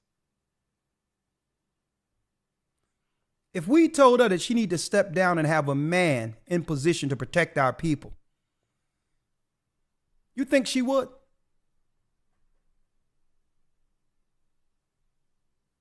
And this is what they do. The enemy, when they can no longer destroy us one way, they choose people in our neighborhoods and give them a pat on the head and says, I'll embrace you if you're willing to hold the reins and authority for Satan against your people.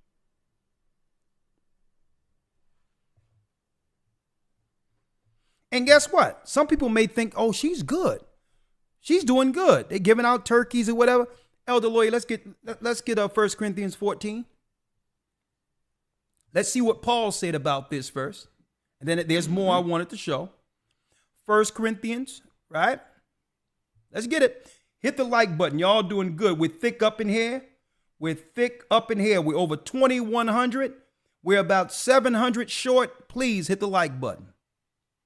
Hit the like button. Let's get 1 Corinthians real quick. Let me show y'all something, folks. Yes, sir. Let's get 14, right? And let's read, Elder Lawyer, the 33rd verse. Yes, sir. 1 Corinthians 14 and 33. For God is not the author of confusion. Read it again. For God is not the author. Hold on. Read it again. God is. Hold on, Elder Lawyer. Read it again. For God is not the author of confusion. The God of the Bible isn't the author of confusion. Read. But of peace, as in all churches of the saints. All the churches of the saints. So if there's some confusion going on, the Most High through the Bible is letting you know it isn't God behind this confusion. It's Satan. So you want to know why things are turned upside down? Folks, here's the hidden point that's behind all of these movements. It's right here. Let me read it. Read the 34th verse. Yes, sir. Verse 34.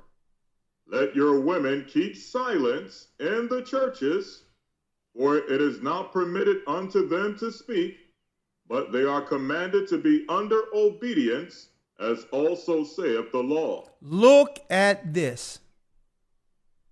Let your woman keep silence in the churches, for it is not permitted unto them to speak, but they are commanded to be under obedience, as also saith the law.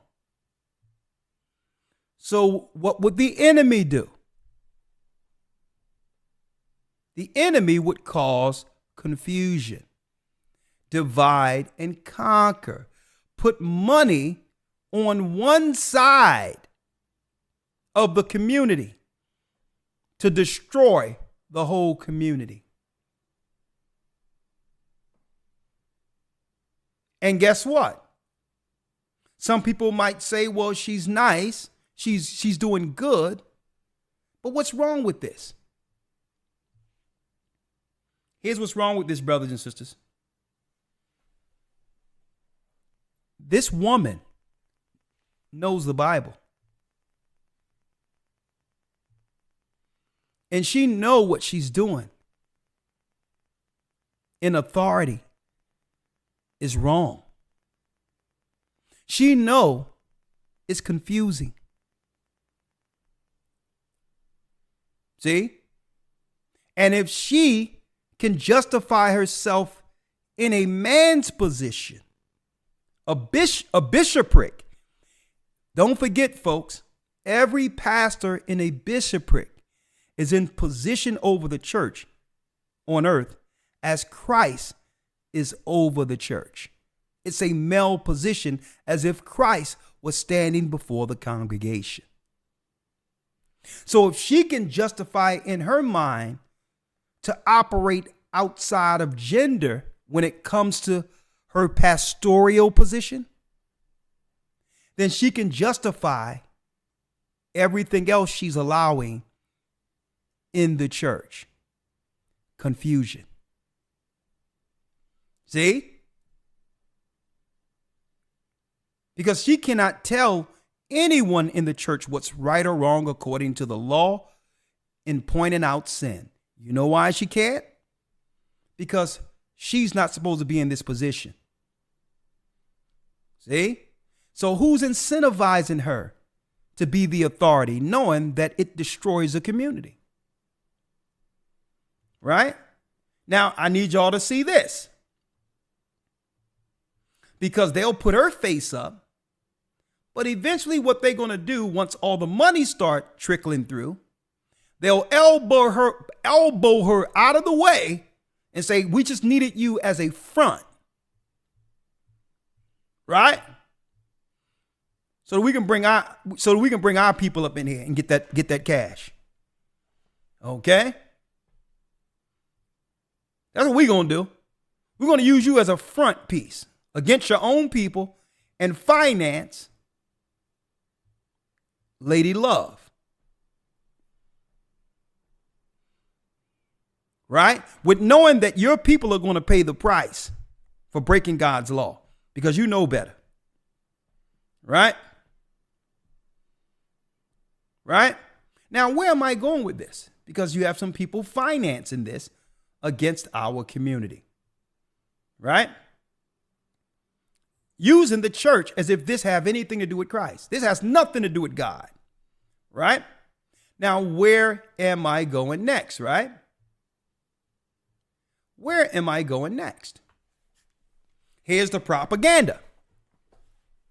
They have demonized us religiously, publicly through their media, and when it comes to positions of authority, they have handpicked those who oppose God to become the authority over our community altogether.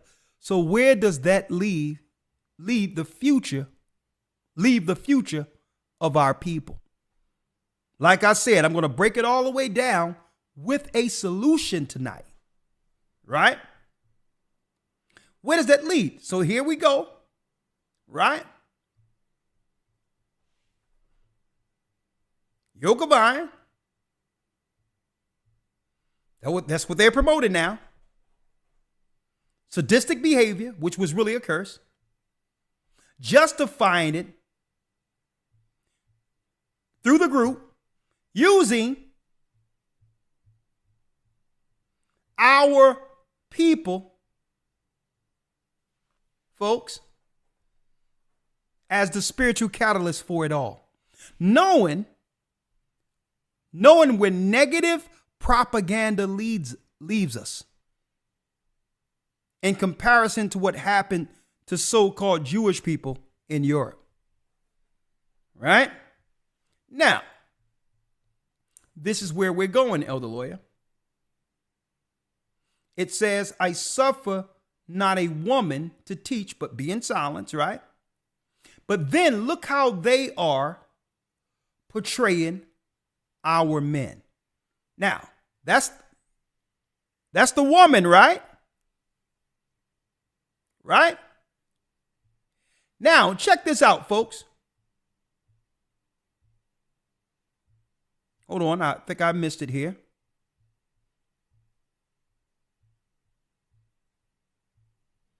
Hold on, I think I lost it. I must have gotten rid of it. Hold on, let me get it here. 1 second.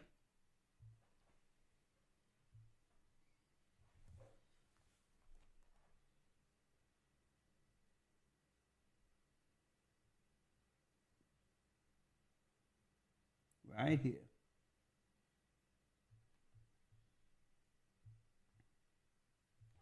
Hold on, let me get it.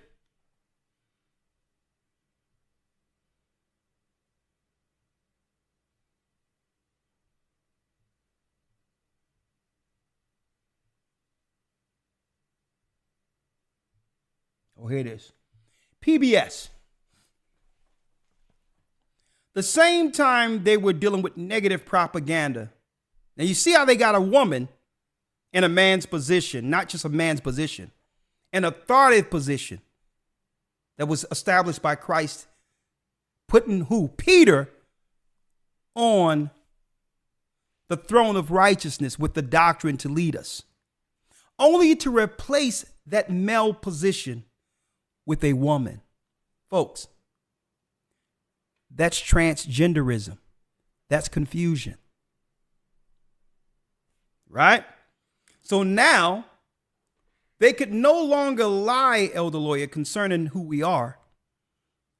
Like I said many weeks before, many months, that they're going to throw everything at the wall now that we know, to stop men, the Judite man, from gaining the authority that's ours to stand into. Right? So what must we do? I'm going to show you in a moment. Now, the same time, Elder Lawyer, that they were talking about propaganda, the negative stereotypes that led to the Holocaust, this is how they were allowing us to be promoted throughout the United States. The man. Now, they had to wait until Little Richard died.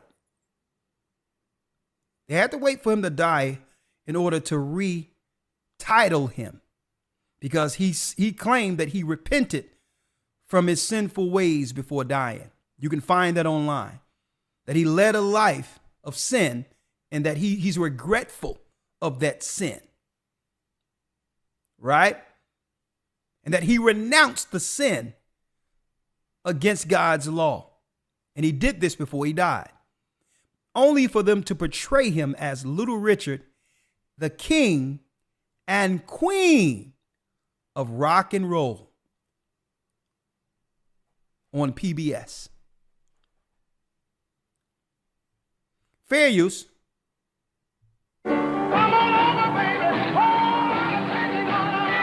He took white America by storm, broke down barriers, to be a black artist and go to the top of the pop charts, and changed music forever. If you look at music and where rock came from, he is right in there. See why there is only one. That I am the king of rock and roll! Little Richard on American Masters. Again, I need y'all to check this out, because they said he took white America by storm. I need you to look at these drugged out hippies.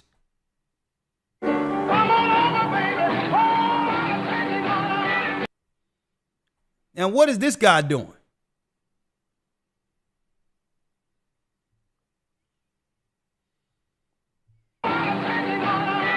He took white America by storm, broke down barriers, to be a black artist and go to the top of the pop charts, and changed music forever. If you look at music and where rock came from, he is right in there. See why there is only one. That I am the king of rock and roll! Little Richard on American Masters. The king and queen of rock and roll. Now, Elder Lawyer. Yes, sir. So now we have to ask, what is this fascination? What is this campaign? This perpetual campaign to present our women out of order. And on top of that, our men as effeminate. Right. We have to ask our question. Why those who have the power of influence from the religious side and or the political side, why are they hell bent on this? And what is their end game? Portraying us this way. And who's behind it? And then what must we do? Right? Who's behind the conspiracy? But before I go there, Elder Lawyer, let me say this. I need you to go to 1 Corinthians 6, Elder Lawyer. Because now we have to come with solution. Because you know what, folks? They're not going to stop. They're not going to stop until we're in a position so weak of a position that there's nothing we'll be able to do to stop them from utterly erasing the majority of our people. Because you have to understand, if you put the weakest of a people in authoritative positions, then whatever the government brings down to destroy those same people, it's without resistance. That means whatever political thing they roll down for our people, that person in the church and or in a political position are going to be bulldogs for the government against us. Whatever they roll down because they got that little pat on the head and getting recognized, they're going to separate themselves from their people and say, yes, massa, whatever you want us to legislate, whatever you want us to preach, we'll do if just for you acknowledging me. Right? Now, I'm going to show something, Elder Lawyer, before I go. How many people out there? See, let me tell you. Before I open up the lines and all that, folks, why do you think, folks, it's open game and open season on TD Jakes right now?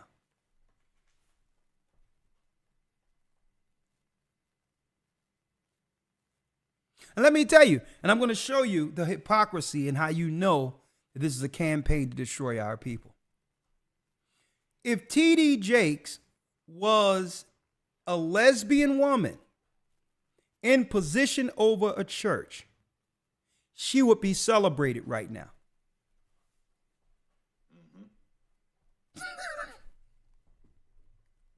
Right? She would be celebrated. Now,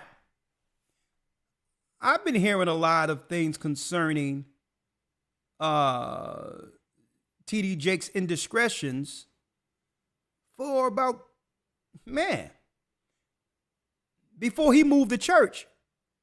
Before his church became the big Potter house, we were hearing little indiscretions in the hood about some of what his negative proclivities might be. Now, do I have any proof of that? No, but of course, we know what goes on in the Christian church and all that, you know. But why now?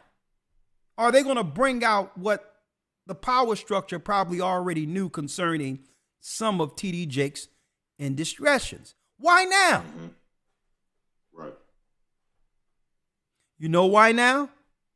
So there's no male resistance when they come to destroy people wholesale. Let me break this down, folks. I don't know what TD Jakes is doing. That's between him and the Most High. And if he's doing wrong, guess what? He will see the judge. I'm not here to talk about that. I'm here to talk about, I know he broke code. I know he broke code. He broke code in 2020 when he came behind that. That's right, folks. When he proclaimed on stage with that great New World platform that, yeah, the blacks are Israelites. Do y'all remember that?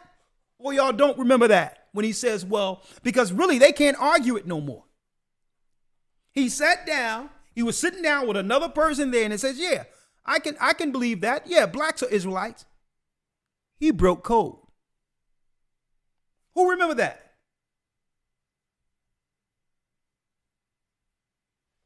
He broke code.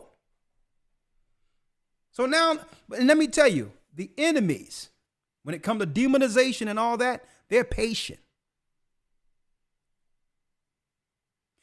This is what, folks, y'all didn't know. In 2019, TD Jakes and others were amongst the black billionaire and millionaire private meeting, where they were talking about utilizing their money outside of the mainstream people to fund the neighborhoods they came out of. He was there. P. Diddy was there. Jay-Z was there. There was many people there. But when the word got around about this meeting, some didn't want any pushback. So it was Puff who ended up letting the cat out of the bag so that he wasn't implicated or can be claimed that he's doing something behind the paymaster's back. Everybody that was at that meeting is a target, because the money that they were given was never supposed to be used to come back into the communities to help our people. You put Oprah, Puff Daddy, 50 Cent, TD Jakes, you put all these people together, our community, and their finances, nonprofit organizations. They can create a nonprofit organizations. They could redo the whole community with new schools, new churches, new everything overnight. He went off code. He started saying that our people are from Israel. The other thing he did,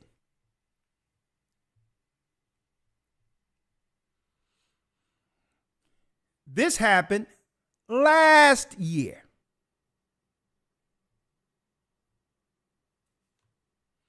White conservatives, racist trolls, unleash insults after Beto O'Rourke visits TD Jakes' Potter House Church.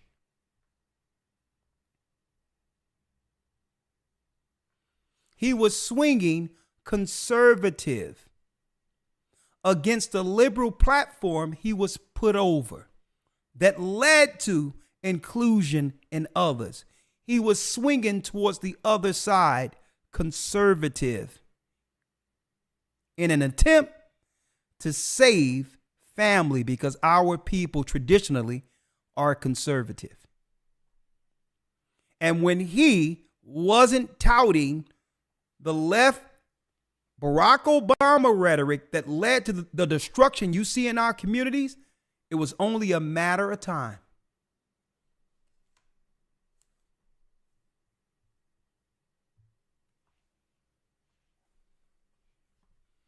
They could care less about his sexual persuasions. Okay? As long as he's operating politically for what they need to keep our people in the darkness.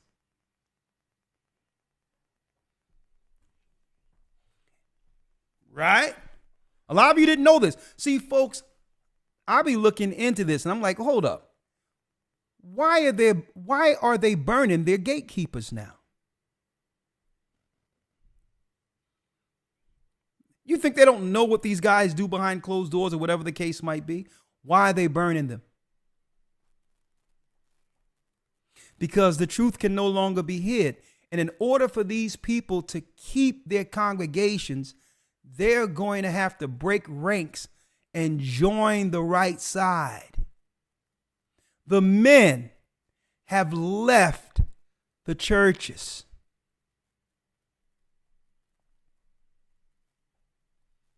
And if T.D. Jakes leave and others begin to move separately, there is no church left that they can usually influence through a liberal stance to push negative satanic policy in our communities. And what people are behind this. So what must we do now? Elder Lawyer, get 1 Corinthians 6. Right? Yes, sir. Let's get it. And then we're going to go into some of the characters in a moment. Hold on. Let me pull up Eastward. 1 Corinthians 6, because Paul broke this down. Number one, our people were never, at any time, were we supposed to adhere to political and or religious leadership outside of the optics that led us to preeminence during the civil rights? Folks, we were never supposed to allow it, but they did it in the church first. They did it in the church first. What they needed to do was move the men out of the way, come in with women who's willing to take the position to actually push what? A woman-dominated ideology, which is no different than a lesbian ideology, to actually seep in our communities. A woman and man authority over churches. That's what they had to do first. And that opened up the floodgates. That opened up the floodgates.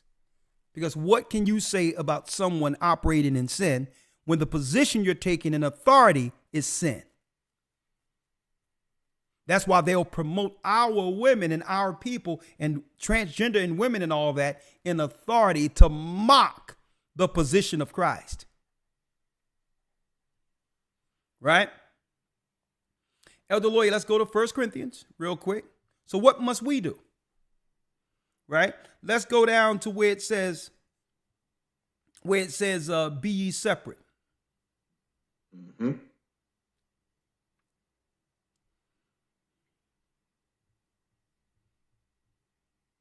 Right?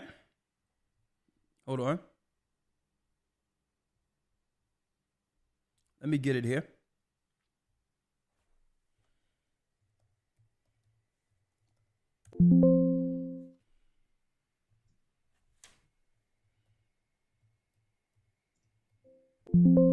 Second Corinthians 6. Yeah, 2 Corinthians. Okay, let's get it. The water, Elder. Yes, sir. All right, let's grab it real quick. 2 Corinthians 6. Yeah. And 17. And 17. 2 Corinthians 6 and 17. Let's read it. Wherefore come out from among them, and be ye separate. Say that again. Wherefore come out from among them, and be ye separate. And be ye separate. And how do we do that publicly without being deemed haters and or everything else? I'm going to talk about that. Wherefore come out from among them, and be ye separate. Read. Saith the Lord, and touch not the unclean thing, and I will receive you. And touch not the unclean thing, and I will receive you. You know what that means? In a nutshell, we must publicly separate by moral lines. Right? By moral lines, we must separate. As well as on doctrinal, we have to draw a doctrinal line. It must be drawn, separating the church of Satan from the church Christ originally left here. Right? There's no way any of us can change, brothers and sisters, what's going on. What it's telling us in the Bible is to do what? Separate. We must put out there a clear distinction. We must delineate and say, this is our religious and moral stance. According to our beliefs, and we have the sovereign right to believe what God said from the beginning. And these are the things we disagree with and we will not support on any level. Right? And we have to make sure our homes is on board. The husband, the wife, and the children. All this stuff, live and let live. All this stuff, that people can do what they want to do. Anybody with those ideologies are a threat to the future of our people. Because I'm going to tell you why. Eventually, the satanic liberals in our society will find your child, okay, and indoctrinate them against you. I'm going to tell you, that's where we are right now. The Bible says we must become separate. We must point out what's wrong and do everything we can. We must rally together from a moral standpoint. We must decide amongst us what's right and what's wrong morally and stand on it. Okay? And be willing to protect that with our life's blood. Because the more we allow, the more emboldened they have become to actually eradicate, destroy us. We must stand morally. That's our only chance. And we must point out everything, the whole conspiracy of these people against us, because they have aligned us with immorality. I'm going to tell you, intentionally, knowing the end game. Now, keep in mind, folks, I already went into the fact that the Philadelphia Holocaust Museum points out the detriment, the evil of negative press and propaganda. When you see them promoting negative debauchery out there on their machines when it comes to people in our communities, we must no longer can we turn a blind eye. We have to negative bomb everything out there and point out, that's right. We must point out the gatekeepers as well as the corporations and the people who are behind the corporations, who's intentionally promoting us negatively through media.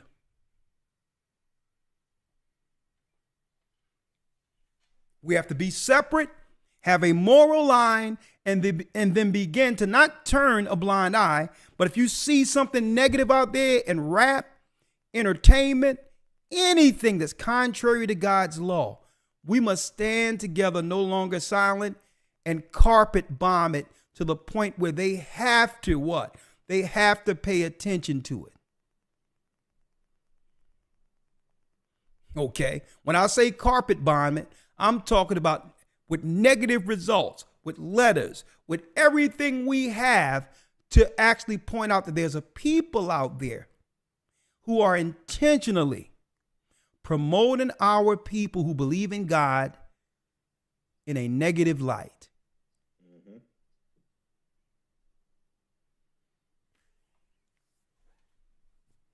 In a negative light. And no longer will we as a people be allowed to be connected to a people based on their sexual proclivities or their sexual behaviors. We have to take a stance and say, nah, we're done with that. Attach that to who you are. Okay? I believe that every church out there that's led by a woman in position, brothers and sisters should all walk away from it altogether and say, stand down before you as an individual be judged. Okay, and your judgment will be the 7th level of hell. Step down from that position. And brothers and sisters have to walk away. They have to walk away from the churches so that Satan, because these are Satan churches. So that it's clearly understood that we made a choice to walk away like Lot did from Sodom and Gomorrah. They have strategically and intentionally aligned us with the immoral people of the Bible. And they did this intentionally.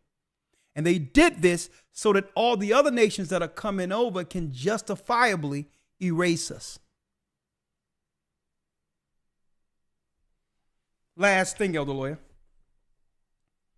Yes, sir. Identifier, Psalms 83.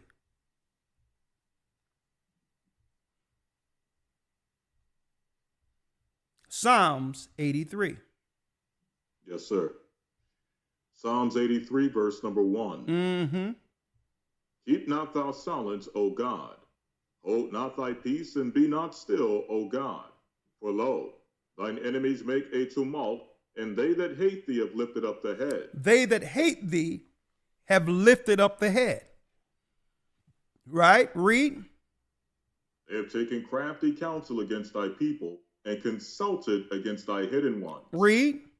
They have said, come, and let us cut them off from being a nation. Let us cut them off from being a race. Read. That the name of Israel may be no more in remembrance. Make sure that these people remember nothing. Make sure their children don't know that they're from the lost seeds, the lost tribes of Israel, or this is finished. Folks, they set up their whole economy. They set up their whole economy on this scenario, where the only way the other nations could benefit is to keep our people on the bottom. They would all have to operate together because this is the prophecy. As Israel, the children of Israel, diminishes, we grow in riches. They must stay diminished so that we could grow. We will actually feed off of their life force. But in order to do so, they must think there's someone else. And Elder Lawyer, I had a friend of mine, a longtime friend, he helped me set this up yesterday. Mm-hmm. We had a private conversation. You know what he said? What's that? Yeah, he dealt with filmmaking, and I'm going to bring him on very soon because he has a serious documentary that he's going into. I'm going to be talking about that in a few weeks. But this very influential person, right? This very influential person from Lebanon, and I'm going to go into it in a second, right? told him privately. Now, he was a guy that during the Black Lives Matter thing, the media was trying to paint him negatively, right?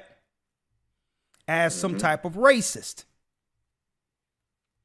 And he's trying to get in front of it because he's not really racist. They took his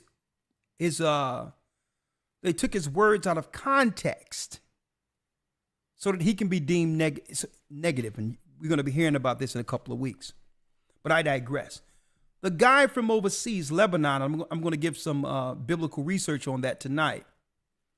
He said, he told the brother,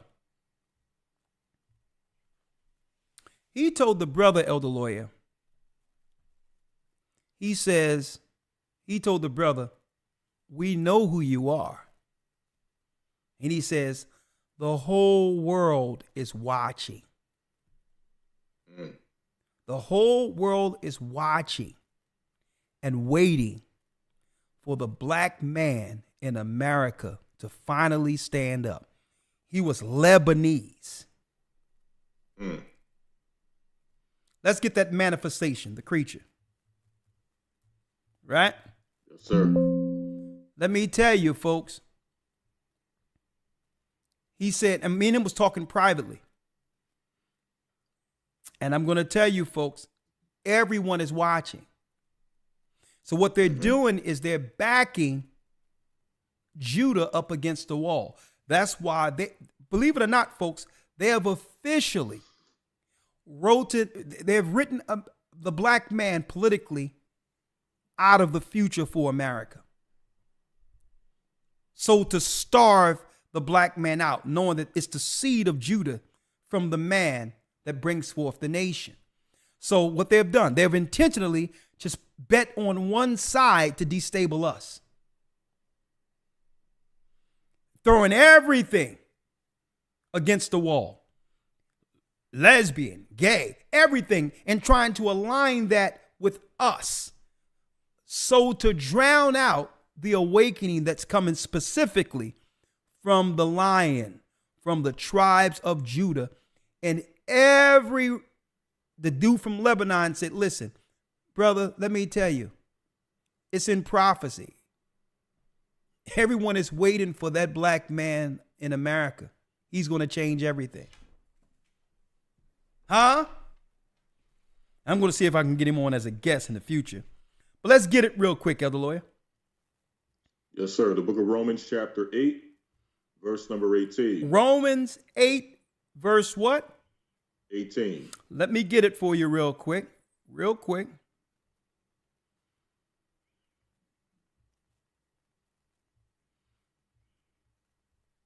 So folks, they are intentionally financing the base, the bottom of our community, and portraying it throughout the earth because they must demonize before they get the right to utterly genocide and or destroy us.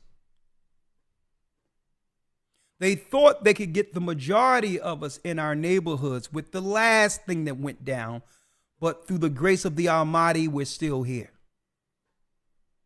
But the political puppets they have in place now, whatever they roll down, any resistance of power that would have happened for the next event have now been moved out of the way. All of your politicians that we have representing us, who are mayors and city council, they're going to roll out everything without resistance against us. When it comes to the religious side, they've already destroyed the church. The church still haven't recovered from shutting down during the pandemic. And now the only, I would say, resounding voice of influence and respect that was in the United States, T.D. Jakes, have been totally, folks, emasculated and destroyed publicly. The church is officially finished in America. And guess what? The lion, folks, is leaping out of its ashes. And we told y'all it was coming. Okay? I will never dance on someone's negative and all that.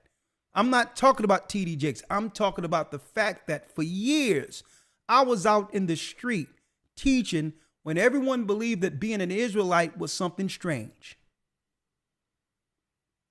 Telling people that we were Israelites was like you throwing a pebble in the Atlantic hoping to cause a tidal wave. That's how much resistance we had when telling people that we are from the chosen people. But now look. And you know what happened? You know what was the resounding move that allowed this truth to come to where it is now? The brothers, without even planning, walked away from the Christian church. Let's read it, Elder Lawyer. Yes, sir. Romans 8, verse 18. Romans For 8, I reckon, Romans 8, verse 18. Let's read it. yes, sir. For I reckon that the sufferings of this present time are not worthy to be compared with the glory which shall be revealed in us. So even Paul wrote that the sufferings of this present time, what you see us presently going through, are not worthy to be compared with the glory which shall be revealed in us. They can't hide this. No matter how much lies they put out there, trying to claim we from Ham and all that. You cannot suppress the truth forever. Right? Read. For the earnest expectation of the creature waiteth for the manifestation of the sons of God. Look at that. For the earnest expectation of the creature, which is the Most High's creation, waiteth for the manifestation of the sons of God. They've been waiting for Israel to stand up and stake claim to our true purpose and promise on earth. The whole world been waiting. Right? Mm-hmm. For the earnest expectation of the creature waiteth for the manifestation of the sons of God. This was a powerful man speaking to an old friend of mine. And he said, because I was telling him some of the travels we had over in Egypt and others, Elder Lawyer, and how the Egyptians, one of the Egyptians came and said that they know that we're Bani Yaakov, the sons of Jacob. And, you know, and then he says, man, listen, it's this Lebanese guy that I'm doing some work with on the film side. And he says, man, the whole world is waiting for the black man in America to finally stand up. And guess what he said? He says, listen, when y'all stand up, all of us are going to be behind you. Check that out. Now you see why they're funding, trying to promote as if women are actually in political authority and all that, knowing that politicians really don't have no influence. Whoever control the purses, which is the money, can control a politician. But what you can't control is the grassroots spirit that comes from the Almighty in the awakening. You can't control that. This is nothing you can plan and get in front of. This is prophecy. Right? I mean, this is epic, brothers and sisters. Epic. And I'm so humbled to be a part of this, right? You got powerful people who are looking and saying, yeah, it's been about y'all the whole time. So what is Satan is going to do? He's going to, anybody that want to pat on the head, he'll give them a position and dress them up and say, I'll give you a title if you're willing to stand in authority to stop these men from actually doing what? Gaining public status. We'd rather give it to you. Right? Now, Elder Lawyer, let's go into the characters now in Psalms 83, and we're going to break this down real quick, then open up the lines, and I have a few announcements. And of course, I'm going to test out my Zoom tonight. in preparation for the academy this weekend, right? Mm-hmm. Psalms 83, let's read it. Yes, sir. Psalms 83, verse number 4. Yep. They have said, "Come and let us cut them off from being a nation, that the name of Israel may be no more in remembrance." So let us cut them off from being a race, that the name of Israel be no more in remembrance. So this is why they came together and made what? A conspiracy against us, right? And again, who did this? Who was behind this? We're going to give you the characters. Here's a rabbi by the name of, he's a respected rabbi, Perkai di Rabbi Eleazar, right? Talmudic literature, right? This guy in particular came up with what? He came up with an agadic, midrashic work for the Torah containing exegesis, retelling of biblical stories. So this guy started retelling the book as if we needed his help. But in his retelling, we got this peer research directly from the University of Pennsylvania, that these rabbis, as is well known, the old Hamitic myth that means lying on black people, claiming that we are from the tribes of Ham, was used by Jews down through ages and was adopted by Euro-American interpreters, right, of the Bible to justify the enslavement and later segregation of the Negroes. They intentionally lied and claimed that we are from the tribes of Ham, knowing that it was a myth. And who was behind this? You got it, that same rabbi. And this is not my personal sayings or belief. This is from the University of Pennsylvania Press, the image of Black Jew culture from the University of Pennsylvania, not too far from where I lived at a few years ago, over a decade ago. Folks, peer research that they intentionally lied to our people in the Christian church and said what? That we were from Ham, knowing that we are Israelites. Huh? Oh yeah, we got the stuff. We got it. Linking into the prophecy where they would say, let us cut them off. Read it again, Elder Lawyer. From being a nation. From being a what? From being a nation. From being a nation. Let's create a myth and make everyone believe that they're from Hamitic people when they're actually from the lost tribes of Israel. And this have nothing to do with religion.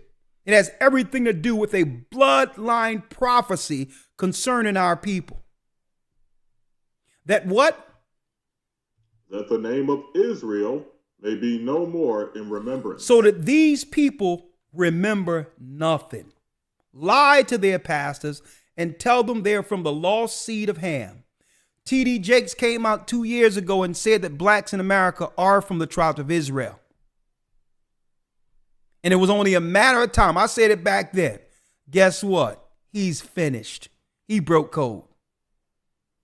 Because the majority of the elite know we're Israel. But you're not supposed to say it publicly. And I knew it was a matter of time before they pull out anything they need to get him out of that position. Not that I was ever for him in position, but at least he was a man. At least he fulfilled that requirement.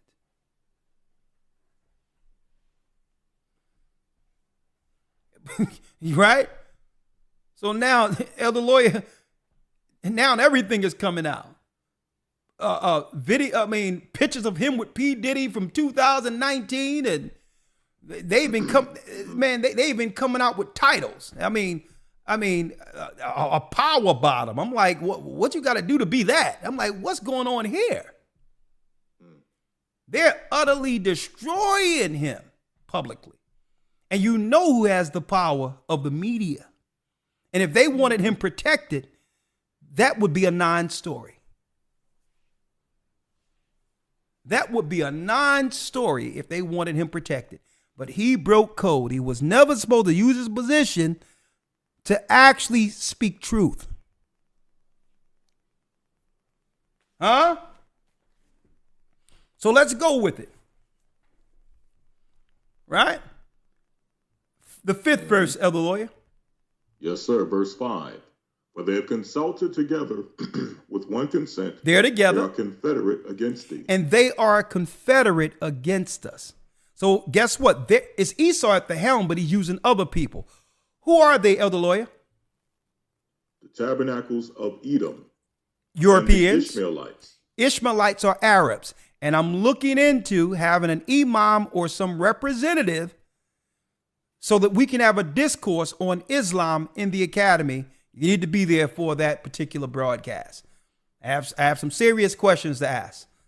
And of who? And of the tabernacles of Edom and the Ishmaelites, of Moab and the Hagarenes. Of Moab and the Hagarenes. When you look at Moab and Ammon, Ammon is the Jordanites, and Moab were some of the people, the regular people living in what we call Palestine today, the Palestinians, right? Let's go to the next one. Yes, sir. Gabal and Ammon. Now, when it says Gabal, brothers and sisters, is Lebanon. The Lebanese.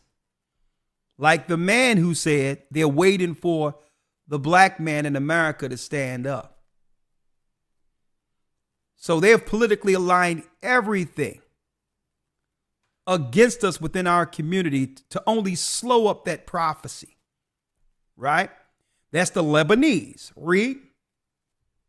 And Ammon. And Ammon, which are the Jordanians, and Amalek. Amalek is the modern day controllers that are smearing us before the world right now. Okay. Which are hidden in some levels when you look in scriptures of Idumea, or what you would call Jewry, after the conversion of Hyrcanus. When the Edomites converted into Judaism in the 2nd century BC. They have gained control since our fall. Read. The Philistines with the inhabitants of Tyre. And when it says the Philistines with the inhabitants of Tyre, the Philistines were who? They were the governing bodies and judges, the governing body and judges over what we call modern day Palestine. They have all conspired together since we left to try to cover up our existence with our people being from the tribes of Israel. That land that they're fighting over right now, that's right, belonged to our bloodline forefathers. We are not from Africa. We are from Jerusalem. Africa became the wilderness we fled into after losing our land prophetically. And what do they say at the very end, Elder Lawyer? Let's get it. Yes, sir. Verse 12. Verse 12. Let's do it. Who said, let us take to ourselves the houses of God in possession. As long as we keep the name and purpose from these people, that's right, we'll possess their children. They've built the stock market of the world on this premise. On this premise is how they built the stock market of the world. To be able to trade money and finances, and all of that is predicated on this confederacy for them to conspire against our people to keep us on the bottom. And this is why whenever our people began to gain any political steam, some power, what they do, they get with the governments of the earth and began an end run of immigrants to destabilize us. They have done this throughout time. It's about keeping us as destabilized and confused as they can until they find some way politically, biologically, and otherwise to get rid of us. So I'm going to tell y'all, brothers and sisters, we must delineate and we must watch our children in these schools carefully. We got to find out if there's any indoctrination. We have to find out what they're teaching contrary to our beliefs. We got to find out everything medically and everything. We have to find out everything that we need to know in protecting our children when they leave our homes, and whether or not the child we're sending out into the world is the same child coming back. It's your responsibility to instill this knowledge in your children and to protect their minds from the indoctrination called this world.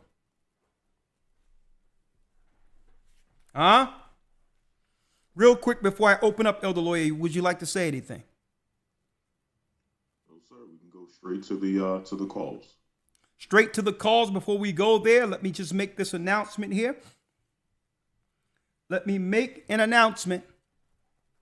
Right? Here's the announcement for those who need to know. And right now, folks, where are they? They are in demonization phase.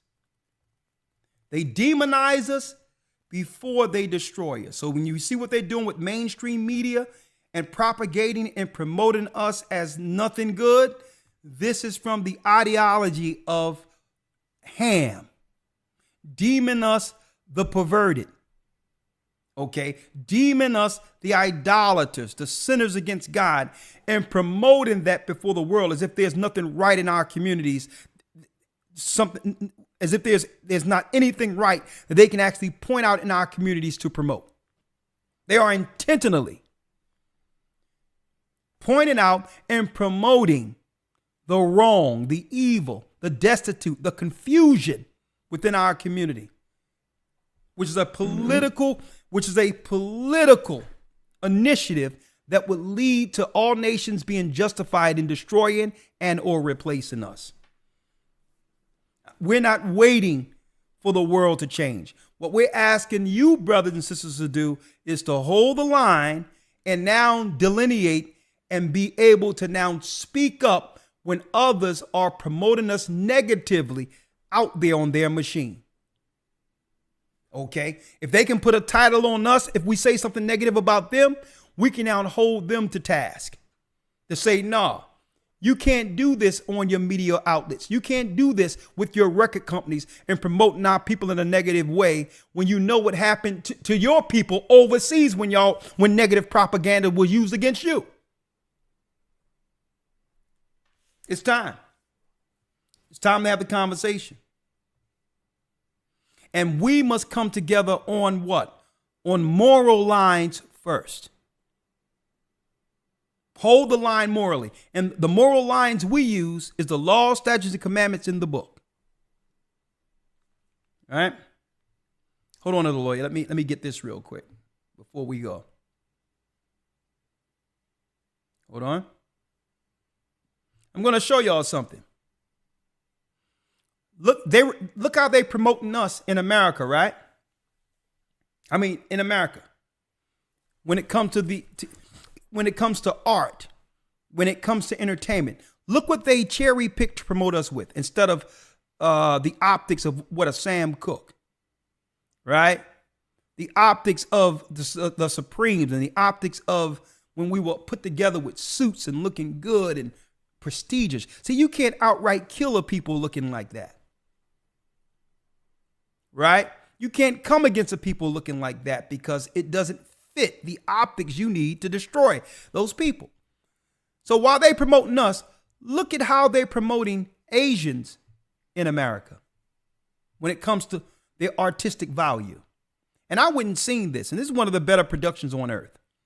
Shen Yun, China before communism, right?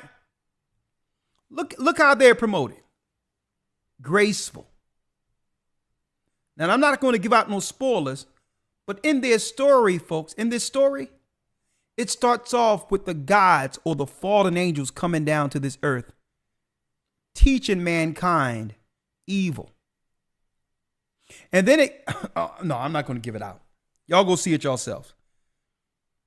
But you wouldn't believe what it showed during the time when the earth shut down under a bioweapon. That's all I'm going to put there. Right? Look how they're promoted through artistry. How they promote one through artistry, folks, is the proper way or the improper way, whether or not you're promoting a people positivity, or you're seeking to destroy a people. It's how you do what? It's how you promote them publicly through art. You will know the people they're seeking to destroy based on whether or not they're promoting you positively before the earth or negatively before the earth. That give you the optics of whether or not they're seeking to help or destroy a people. And I'll leave it there. 515-605-9327. Okay, yeah, I can jump right in. And before I go there, I would like to make an announcement, right? Hold on. If you will. Yes, brothers and sisters. The first week of our Hebrew and Bible Academy, the creation of the universe, starts this coming Sunday. And I want to see you all there helping support the work. And we have a lot we're going into. Go to historytimes.org to enroll. And this is what we'll be breaking down and going into. The identity of Ruth. Who was Ruth? Because there's some claims out there that Ruth in the Old Testament, who links directly to Christ's lineage, right? That she was a Moabite, that she was biracial. That's a lie, and we're going to prove it. We're going to break down the identity of Ruth the same week we break down what? Tracing the serpent seed. So we're going to go quickly into tracing the serpent seed and go directly to our war against the Moabites and things coming out of Egypt to prove that's right, Ruth was an Israelite. We're going to also go into the Jewish relationship with the tribe of Judah. A brand new lesson that have never been taught using peer research like you've seen today, and to show you that love-hate relationship that's been going on between the so-called black man who's Judah and the Jewish people, the European Jewish people throughout history, and how we could on some levels come together, you understand, when it comes to certain understanding and respect of one another, okay, for those who can receive the truth, okay? We're not here to have any bias or go against any people. We're going to put out what the Israelites were believing in and Judah and all that, and show you what's being taught in Judaism, and we're going to go throughout our relationship because, believe it or not, we've always done business with one another. Okay. Judah have always been in business one way or the other with Jewish people, right? Since even before our fall, there was a relationship. But Christ is the balance for all of that. And we're going to go all the way to Christ to our relationships that we have till this day in this particular academy. We're going to go into the connection of the 70 weeks to the secrets of the times, and we're going into the 70 angels, the full breakdown of the 24 elders in the book of Revelation. Okay? You want to be there for that. Marriage roundtable discussion with special guests. You know what? We're going to finally do another roundtable discussion. And there's a reason why everybody in the earth have left off from the original content they were teaching or going into, hair and all these others. And everyone is talking about relationships all of a sudden, be it from the man's side or the woman's side. Why? Why now? No, everyone, especially in our community, is talking about relationships. Okay. Right? So we're going to go into that. Right? Walking with the commandments in Christ. And what I'm going to go into, that's going to be a good lesson. Now, what I'm going to go into when it comes to the roundtable discussion is that the fact that you have the man and the woman, speaking of our people in particular, claiming they're waiting for the other to change. Right? So that's the rebellious spirit that's operating in the earth right now, where I'm going to be this way as long as you're that way. Well, I'm going to stand here and die with our families, between the crosshairs until you do what you need to do. Right? That rebellious spirit where one is waiting for the other. Right? And I'm going to ask a question. If there's one that had to yield for the sake of self-preservation, who should yield so that we can come together? Because one is waiting for the other. So if one had to yield, who should it be? Man, this roundtable discussion is going to be some smoke, right? But it's going to be good. 515-605-9327. Go to historytimes.org to enroll. I can't wait for this Sunday. I hope you all are a part of this. Let me call in to the line here. Let me call in here.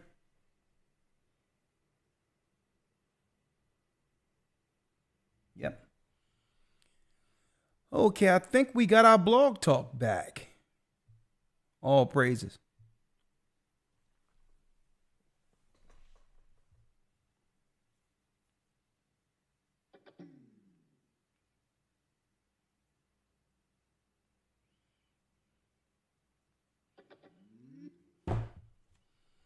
All right, let's see here.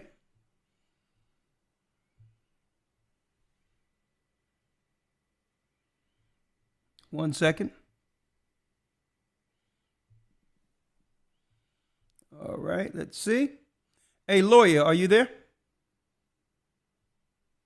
Yes, sir. Okay, you're good. So let's see. All right, let's see. Okay, I'm live. 515-605-9327. The conspiracy against our people Israelites. What say you? Are you a person out there who believe that blacks are Hamites? That'll be interesting to hear, right? So if you disagree, we'd be more than happy to entertain that conversation. All right, let me put the number up. 515-605-9327. Hold on. Let's see. Here we are. 515-605-9327. We have Cora with a comment. Shalom, Elder. Yeah, I just want to have a comment about, you're talking about what they're doing, how they're taking money out of the black community and everything. But that started a long time ago under the guise of integration. Like they thought they were doing us a favor, letting us go to their places, but it just destroyed the black businesses. I can remember in my little small town, in my hometown where I came from, I remember we had a black grocer, and then and next door to the black grocer, there was this one man that had a little restaurant, and then also there was another place that was called the Paradise Inn, where they ran a restaurant, and they would have dances there and everything, and they sold drinks too. They had a bar there. It was a place for us to go, black people to go and have parties and everything. And, with integration, those buildings aren't there anymore. And I can remember when we moved to St. Louis that, there was little black mom and pop stores that are called bodegas in New York, but there's the little individual businesses.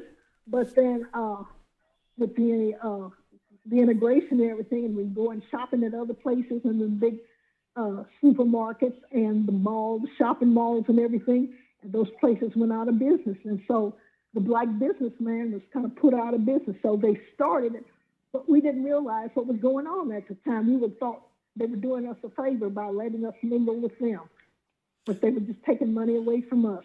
Well, let me ask you, sister, because I can relate to this. I can relate to this. I was coming up in a time in Philadelphia where there was a lot of things that are black owned. Even, can you do me a favor? You have a lot of feedback in the background. Or am I playing in the background also? Oh, yeah. Oh, let me move to a different place. That's my granddaughter. She got her stuff going while she's doing her homework. Let me move to another room. Hold on just a minute. Okay. Okay. Go ahead with your remark that you were saying about in Philadelphia. Yeah, I was saying in Philadelphia, we had a lot of black-owned businesses, Israelite-owned businesses. We're Israelites, right? Be it that I remember Progress Plaza on Lehigh Avenue. I remember Reverend Lyons Church and other churches there. I remember even the clubs, Club Atmosphere and Prince Total Experience. And I remember Progress Plaza was turned over to Asians. Every place I'm talking about right now that was black owned are now owned predominantly by Asians. So my question is, what was the benefit of inclusion? I don't even know how they even sold us on this. Inclusion with what? Well, I mean, think about this, sister, and I'm gonna let you go.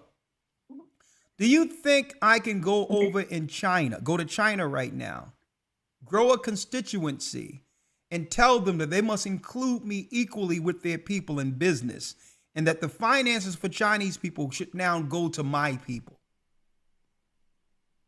No, I don't think there's no way that could happen. Exactly. No way. So I don't know how, you know what, but it really comes down to the sellouts that are amongst our people. That's what it comes down to. Because there was no reason at all. There was no reason at all for some inclusion. Inclusion and all these other things, that's really, believe it or not, that's political warfare on a race of people. That's what it is. Right. It's genocide. Yes, it is. Well, I can remember that with the integration, and I remember how we used to go to the hotels and we'd have these banquets in the fancy hotels, and we thought, oh, this is great. This is really nice.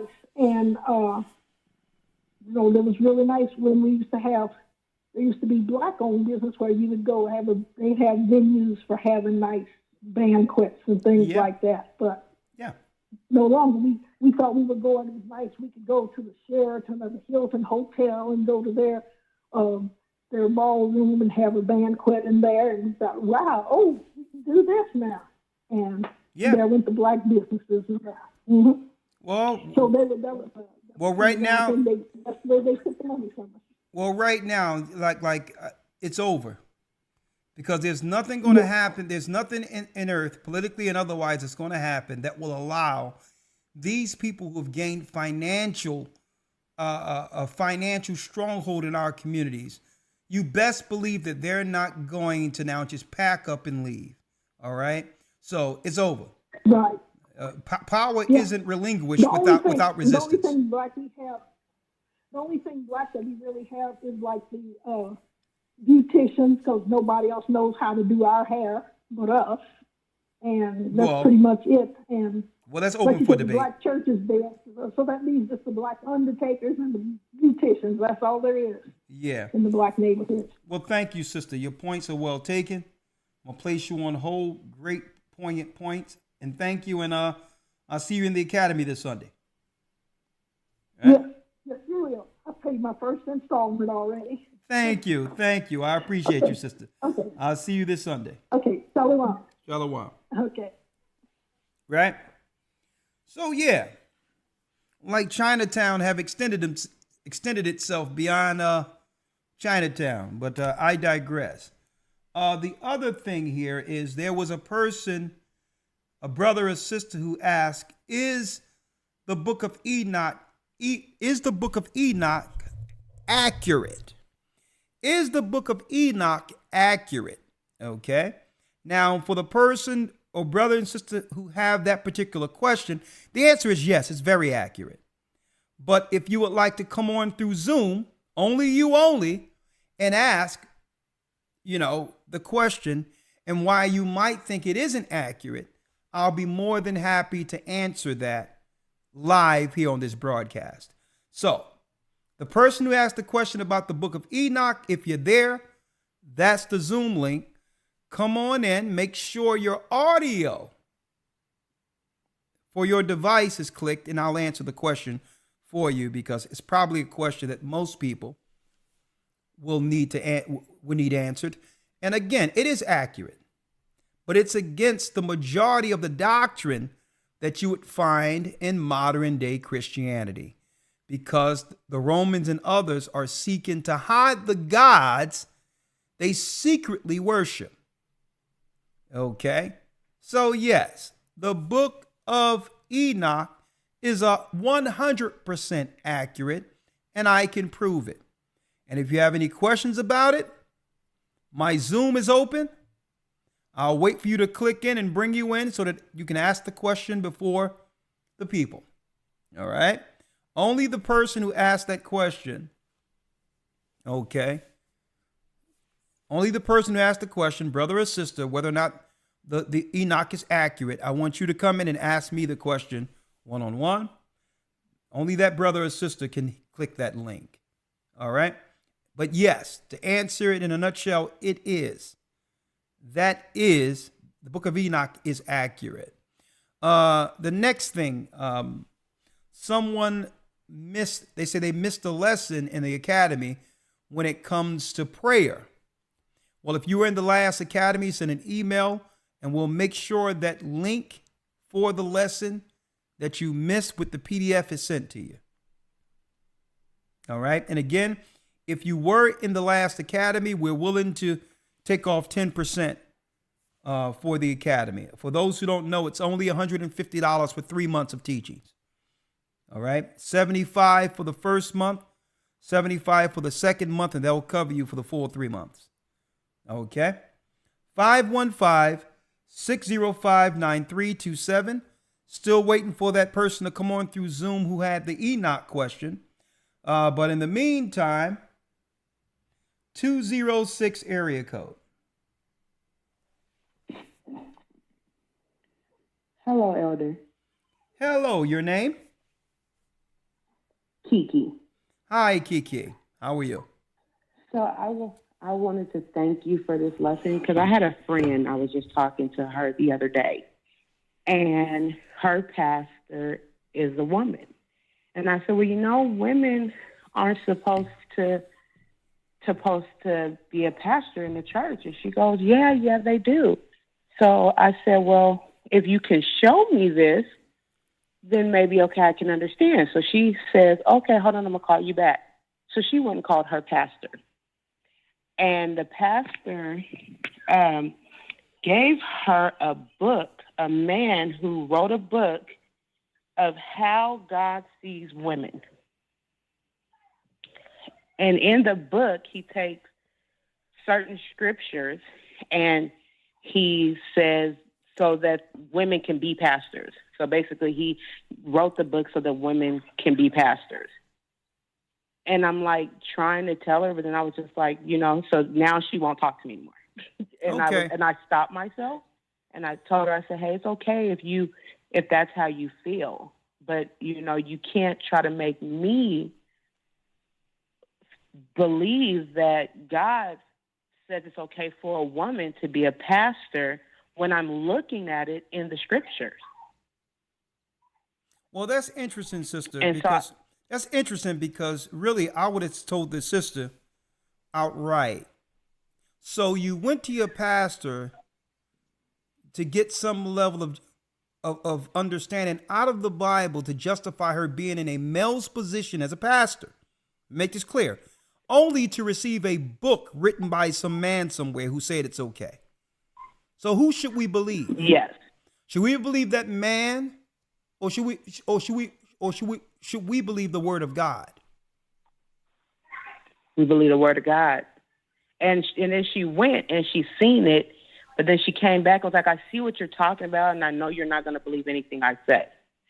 So I'm like, okay, well, if you see it, that means that either A, you just don't want to believe it because, hey, that's your pastor, and that's okay if that's what you choose to believe. But if I see it and you see it, and you're going to read a book that a man wrote, something's wrong with that. Hey, sister, this is what you have to say, and I'm sure she know you're a good person, and it'll come around. Sometimes you have to really, really hit her where it needs to be. You need to tell her, listen, your pastor is out of order. See, we got to stop. We got to stop cobbling around the edges here. Your pastor is out of order, and she's one of the reasons our community is destroyed. Okay? Because she's operating out of place. And we wonder why the community is destroyed is because women are jockeying for men positions. We're being ran throughout this earth through power-hungry women who are synonymous to, believe it or not, I'm going to tell you, the door was open to be led by lesbian at the end of the day. Okay? The Bible clearly states that a woman is not to usurp authority over the man in the church. It's wrong. You can't do that. So, sister, you got to stop cobbling around the edges and come straight with it and say, your pastor's out of order. And there's a reason why there is no community left. Because you got too many women stepping up and trying to be in men positions, and too many men sitting back, silently without resistance against all of this. No. Okay. So just let her know, listen, your pastor's out of order. And if she don't repent, thank you. I don't care how well she teach from that pulpit. If she don't step down, she will burn in hell. Okay? Thank you so much, Elder. You're welcome. All right. You have a wonderful evening. Yeah, you received the good news of Christ this evening. All right, hold tight. Thanks.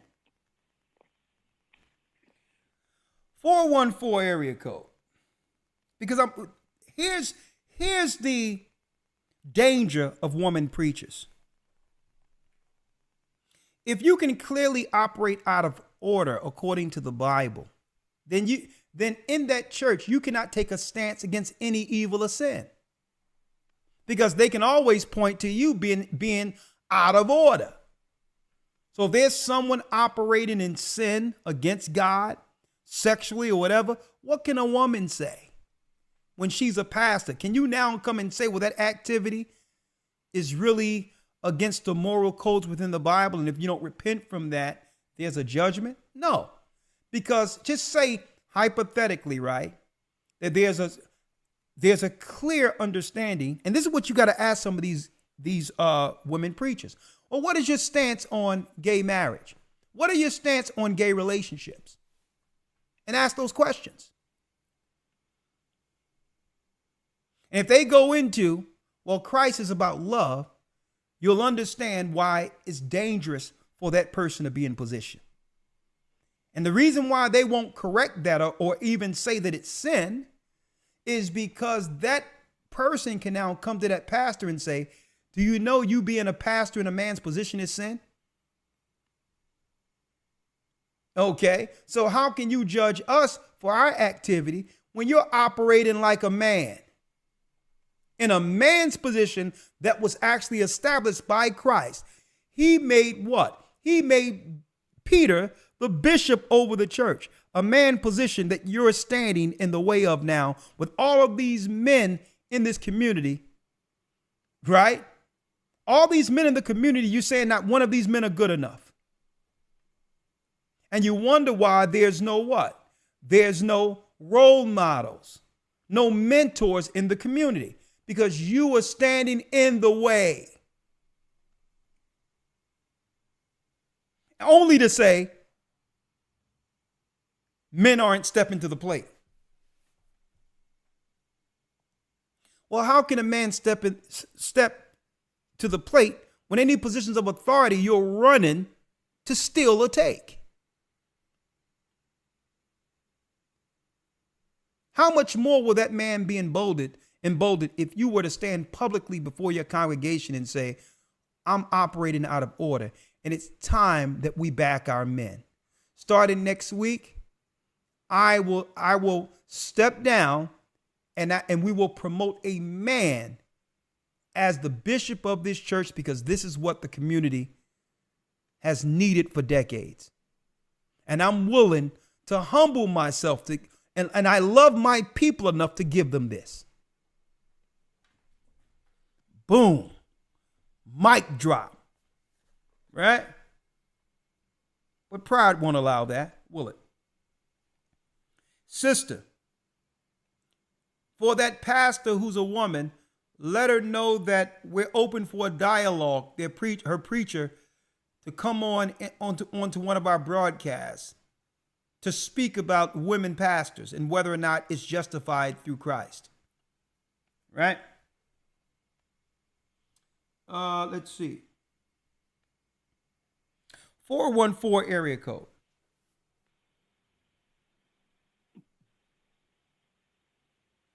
414 area code.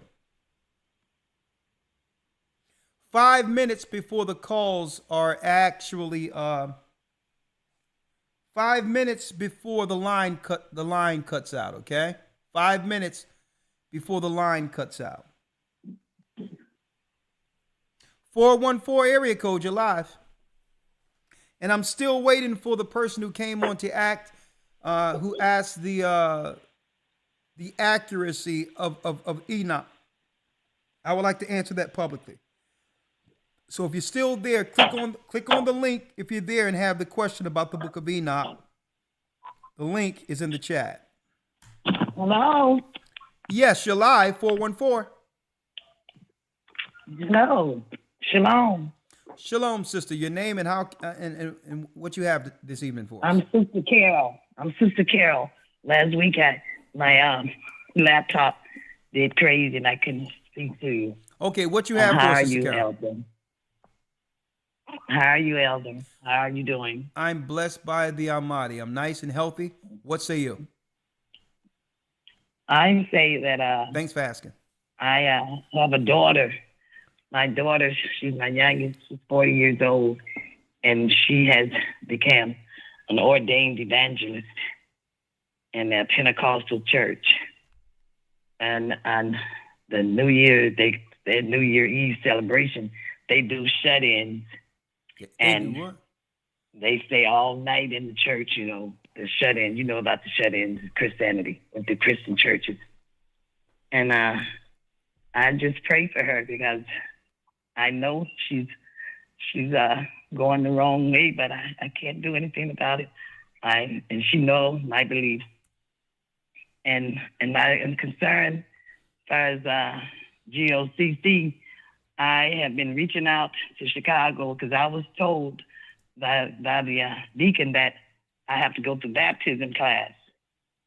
And a few weeks ago, I was ill, and he's supposed to be reaching out to me and let me know when the class began. I hadn't heard anything. I've been trying to get baptized, seems like forever now, and I'm here in Milwaukee, and I don't have transportation, so I've been trying to reach out to someone because there was quite a few people there when I went to Chicago on the Sabbath. And I've been trying to reach out because I would like to go back again. And there was quite a few people here from Milwaukee was there. So, but no one has reached out to me, Elder. So my hands are tied. I don't know what to do. Okay, well, don't I've worry been about trying. I left messages. All right, don't worry about it. I can help you with this, sister. Give me your name again. Sister Carol. Hold on.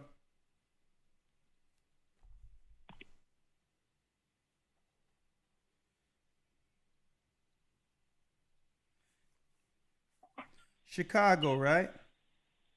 Yes, yes. I'm trying to get into the Chicago body because there's no church here in Milwaukee. Okay. Well, we're going to work on something for Milwaukee, but in the meantime, I'm going to have the brother reach out to you and see if we can expedite that and get you in the congregation, okay? Okay. Okay, and I have one question. He had mentioned to me that I have to go through baptism class. and Well, that has not happened. Like I said, I was ill. well, I and, know, some things that happened. sister, So I'm not sure about that. Okay, sister, I know. sister, I was able I to know receive you got a lot every. of calls. I was Okay, able to so receive. thank you so very much. No, listen to what I'm thank saying. you so much. And I did join the Sister- academy too. I'll be in the academy on Sunday. Thank you. I received everything you said. I take it in. I'm a very good listener. I took it in. I got you. So whatever the cases Okay, are, the thank you, hangups thank you. are, what I'm going to do is I'm going to link up with the brother and we'll make sure you get what's needed to become a part of the congregation, okay? Okay, I appreciate that. And shalom to you. Shalom, and I'll see you in the academy this weekend, and thanks for your support, okay? Okay. All right, thank you. Okay. All right. I'm going to show you what's been hidden for a long time right up under our noses, right? When it comes to these woman pastors and these so-called lock-ins on New Year's Day, right? There was this pastor that was known in the mid-2000s by the name of Juanita Bynum. Her and her husband, and she was like a pastor, right? She was known amongst the black circles, right? And then it comes out in 2012. See what's being hid in our community, and this is why they're able to attach the letter people to us, is that there's an inordinate number of women in our community who are dealing on both sides publicly, right? Within the churches and on outside the churches. It's really in our communities, it's a thing where there's a high number of lesbian activity, right? So we more so focus on the male homosexuality thing, and what flies under the radar is that the woman thing is really out there when it comes to that activity within high levels of Christian churches. And I don't even have to say alleged here, because News 1 in 2012, look at this. Look what they got here. The Advil Pain Equity Project. They're pushing this. And this is really, folks, when they talk about equity and all that, it's women operating together against men, black men in particular. That's what equity is. Juanita Bynum confesses to affairs with women. I remember when this happened. Her and her husband getting on TV, speaking all these different perverted type of things that was going on, relationships in the bed and all these others. And she was a woman pastor with this nonsense and talking about locking people in at night. And really, there was affairs with women that was going on with Juanita Bynum. Okay, the Christian church has been done for so long, right? And now women aren't hiding it anymore. They just like, listen, we just taking over. We're not playing the shadows anymore.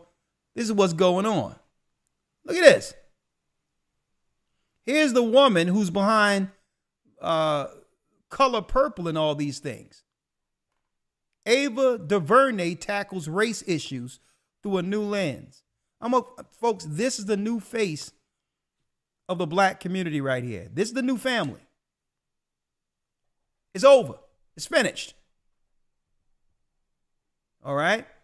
It's over. It won't be too long before the jackboots come in and dust the whole zone up. They've been looking to promote this for a long. This is a new black family right here for you. But I digress. And who's financing equity and inclusion?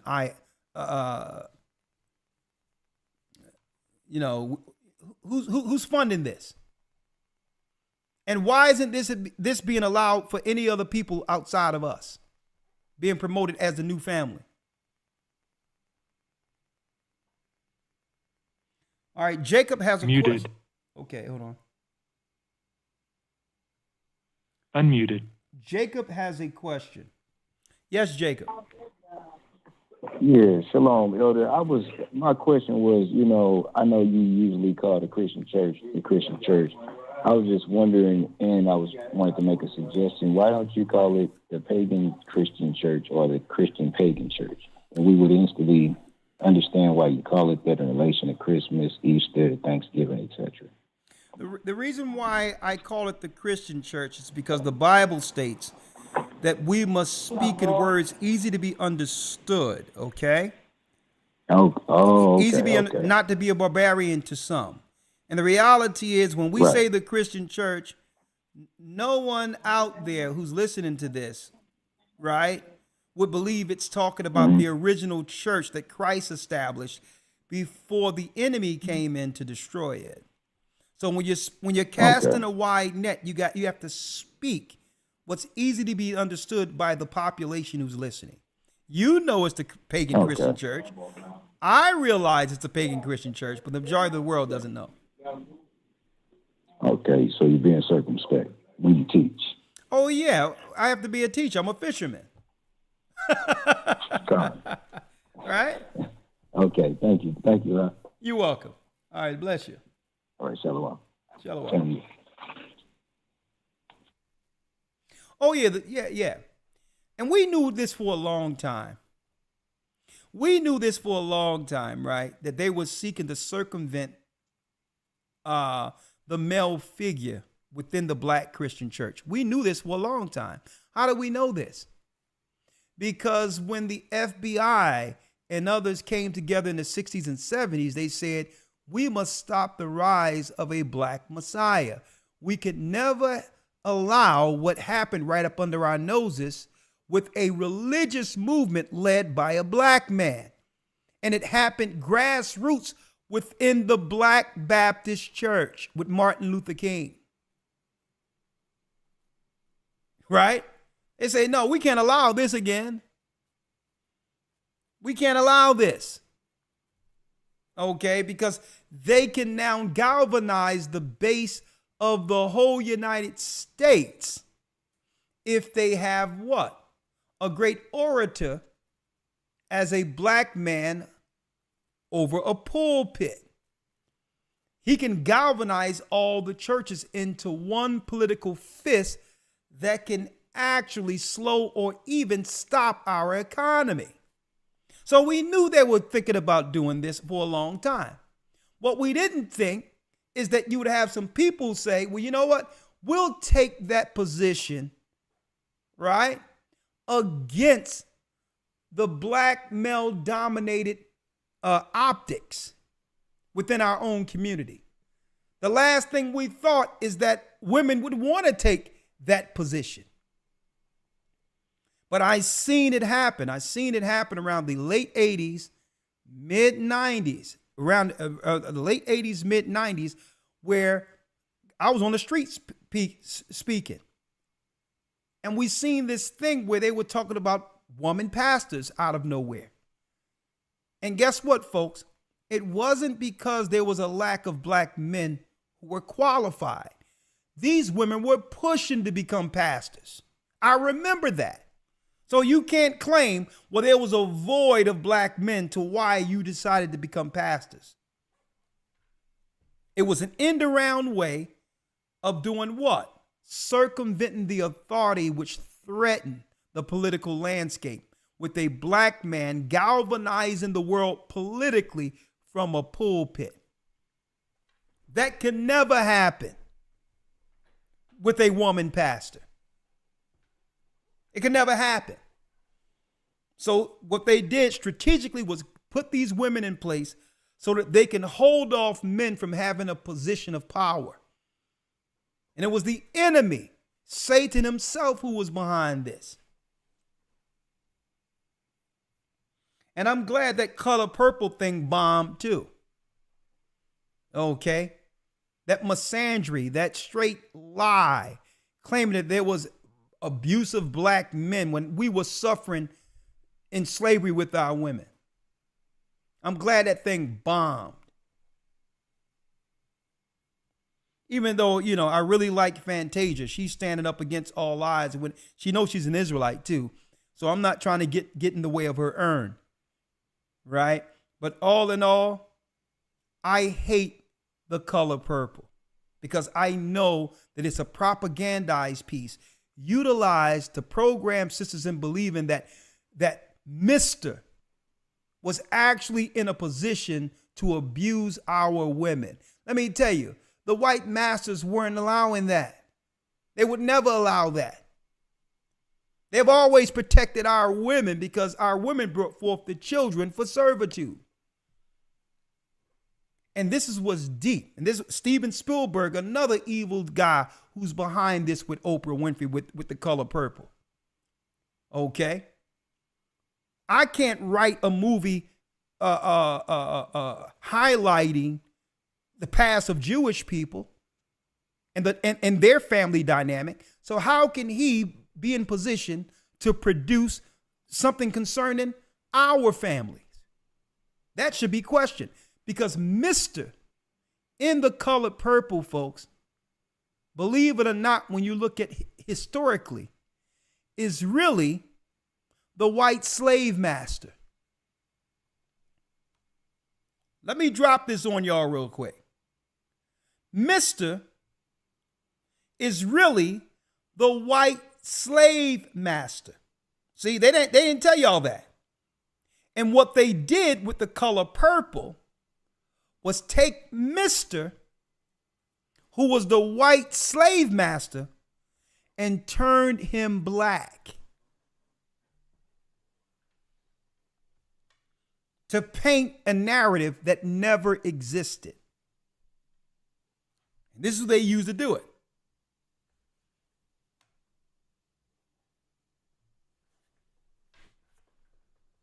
There was never a time where black men were abusing women like that.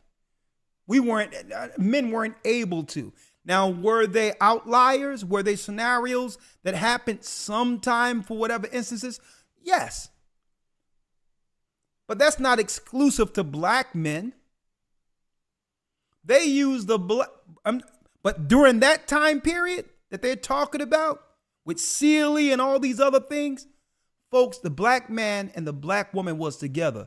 We were the most married of all races within the United States. And that was including the Asian and Arabs who were coming over here.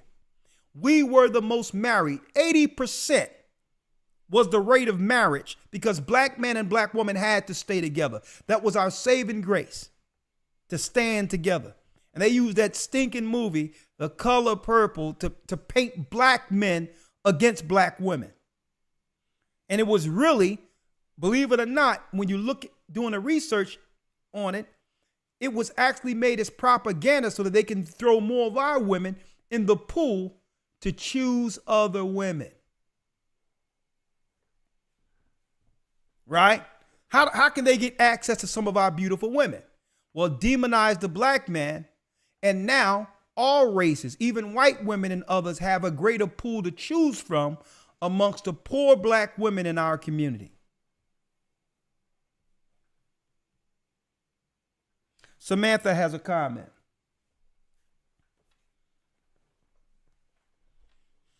Yes.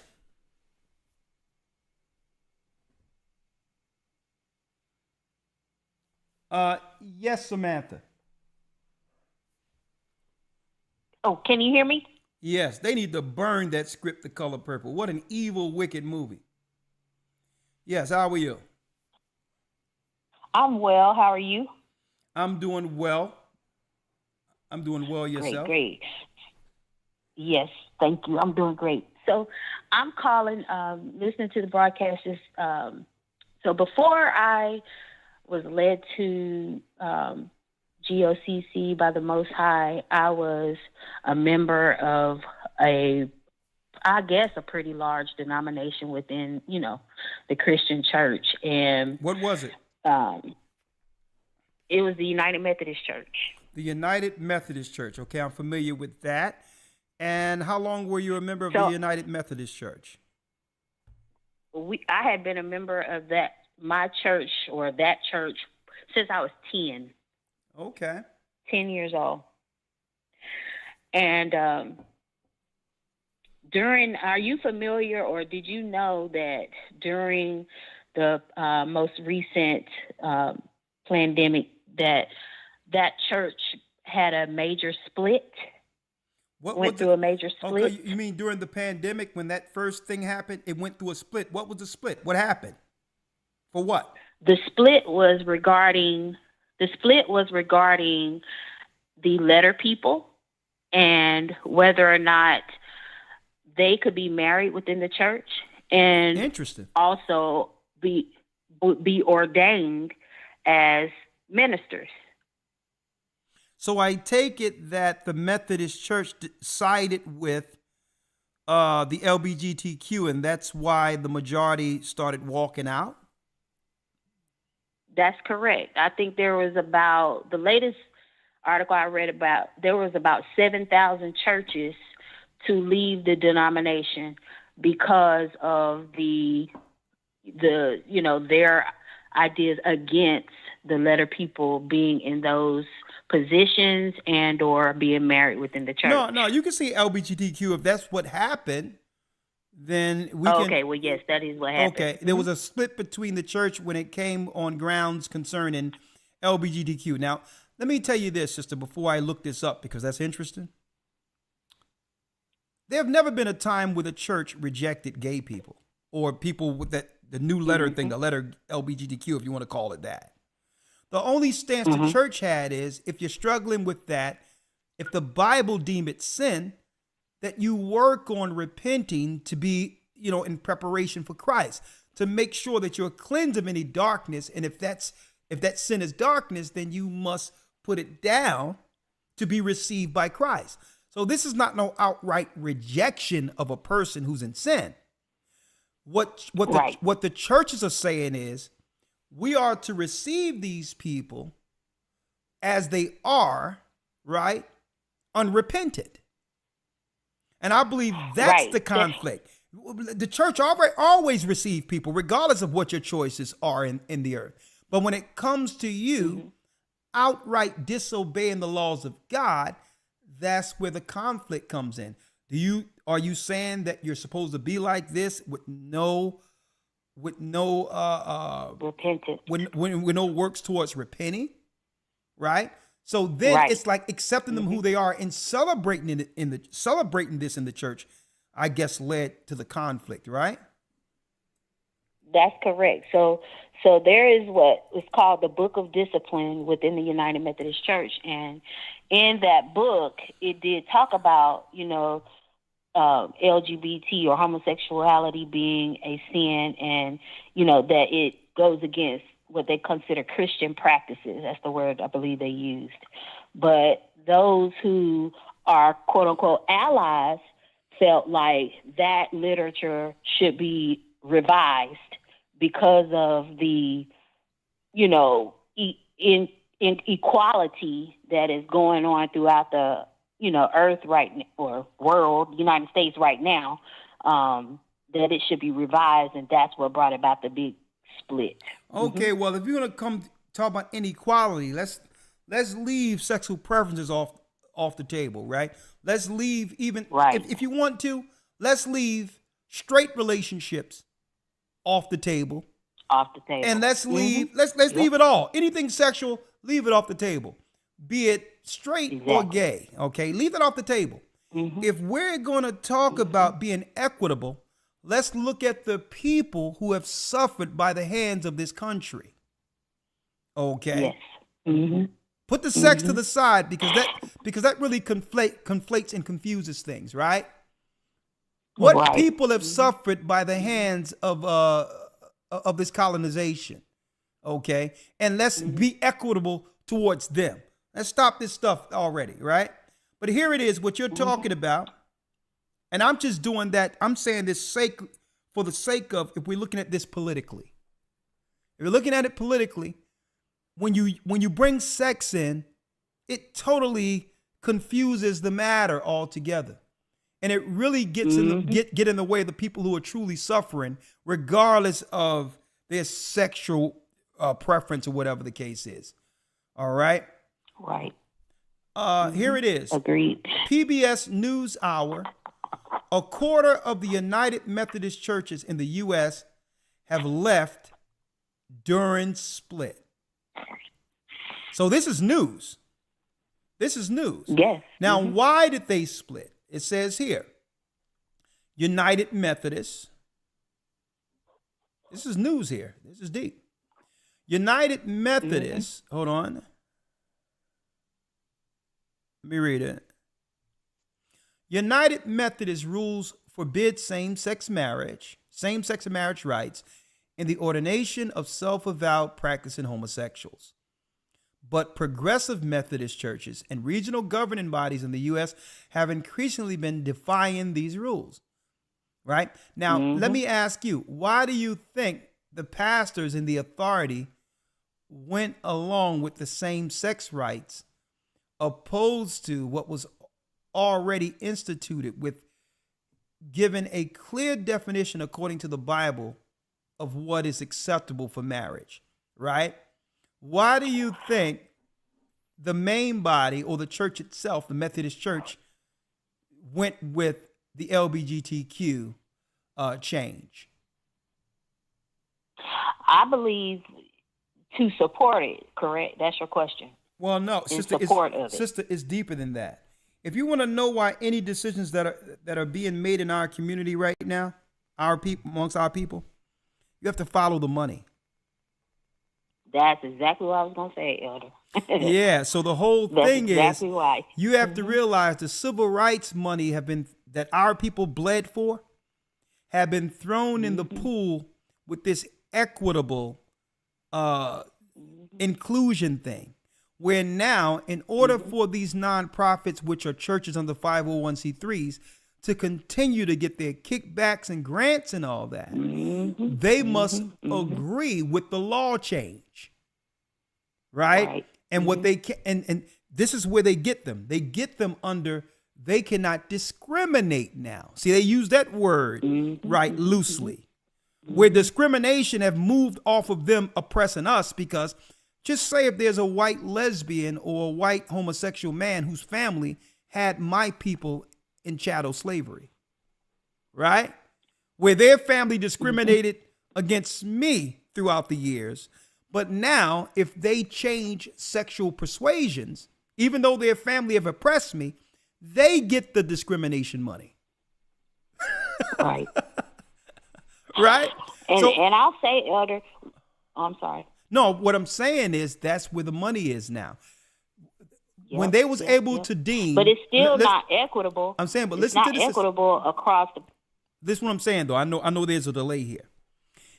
If you can have someone claim to be a minority strictly off of their sexual preference, that inundates the pool. Right. Now that there's some minority money somewhere. Our people don't have the fortitude and knowledge and the education to know where to get that money. But those that are in that liberal circle, they can say, here's some money black people didn't get yet. So here it is. If a gay white guy come, he can now go get a grant and get that money that's been left there that was originally there for our community. And that's what our politicians sold us into. So now the churches now, if they want that nonprofit money, must be inclusive. And if they choose to operate on true principles, regardless of the money, right? Then, they may lose a little bit, but gain the kingdom. Like what we do here, what we do as a church, we stand on what the Most High says, and whatever support we get is because we're standing on God's word. Right? But the community, in order for them to get that money, and there's a lot of money out there, millions upon millions, they're going to have to go with the status quo. All right? So United Methodist. So did you leave because of that?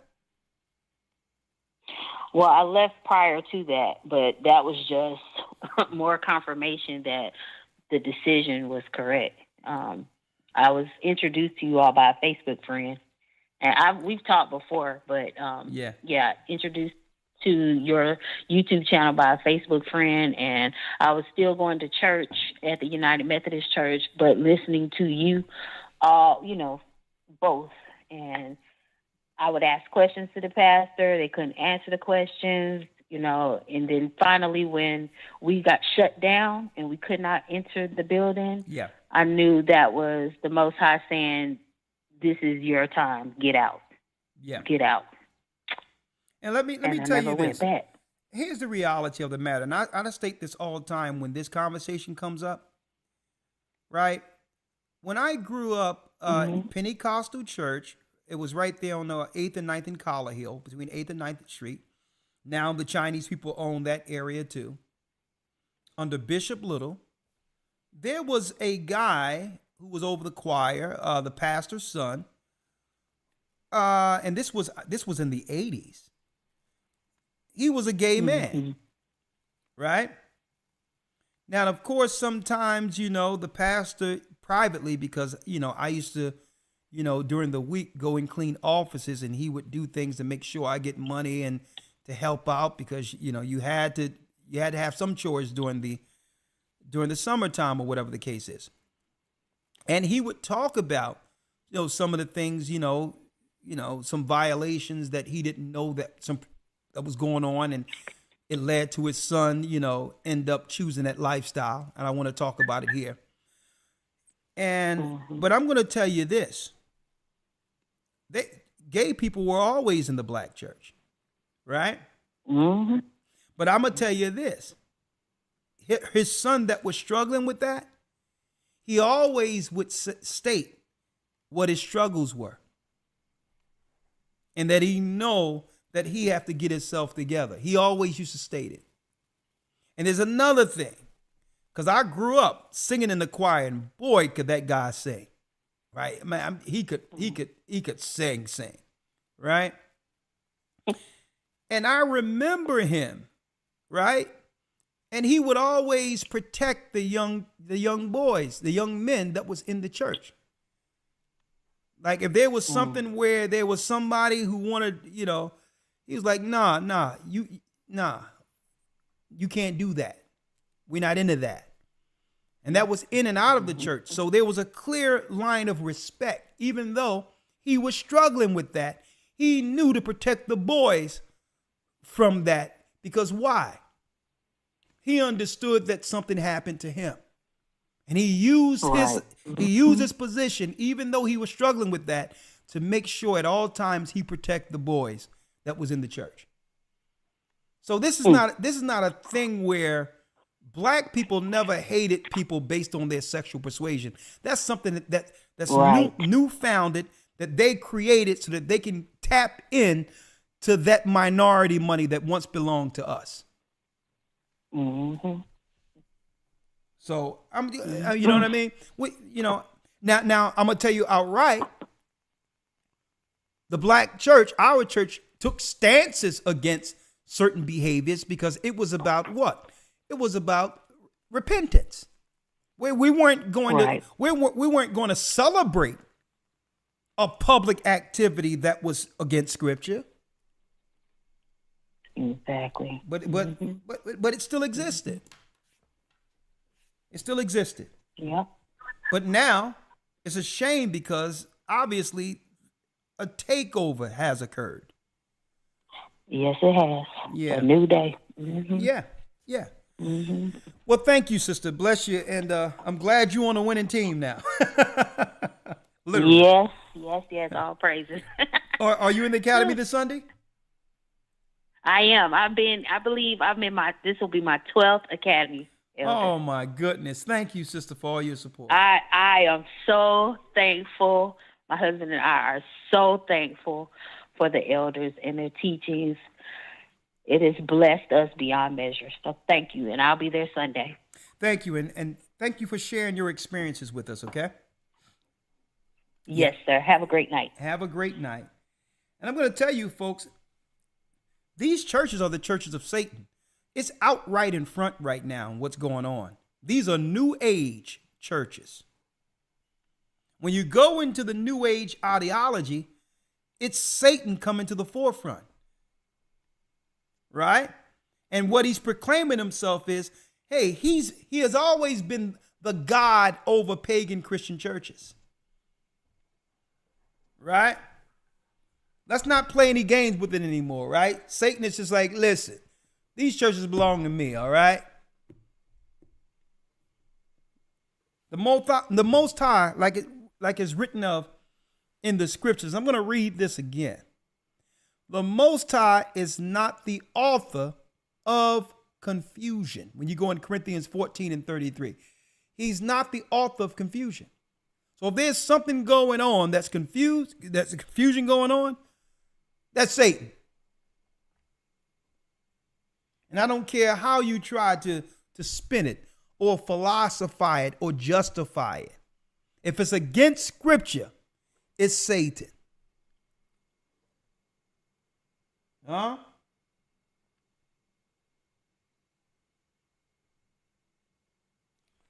Zayakwa? Shalom, Elder. How are you? I'm doing good. Zayakwa, did I say your name correctly? It's Zayakwa. Oh, okay. The floor is yours. Well, I just wanted to say this was something that and it's crazy because I was just thinking about this earlier today, and then a lesson came on, and I was like, oh, he's talking about it. I'm talking about but what? Sorry? I'm talking about what? Talking about like pastors and like the letter people like being more brought out in the church, because I had previously been under a woman pastor before I came to this church, and at first I was thinking like, well, women are emotional, they'll like lay everything out. I've noticed that also women are a lot more accepting of people's behavior, so that it would seem like they would want to bring more people in. And then it slowly morphed into this thing where it's like gay culture is becoming more, how do I want to say this? It's becoming more accepted, like even iconized even. I think that was the word I was trying to say. And like it's turning into this more trying to bring more people in and make them Christian. And it's less about them being gay and more so about them having that Christian label attached to them. Because I've noticed that a lot on social media.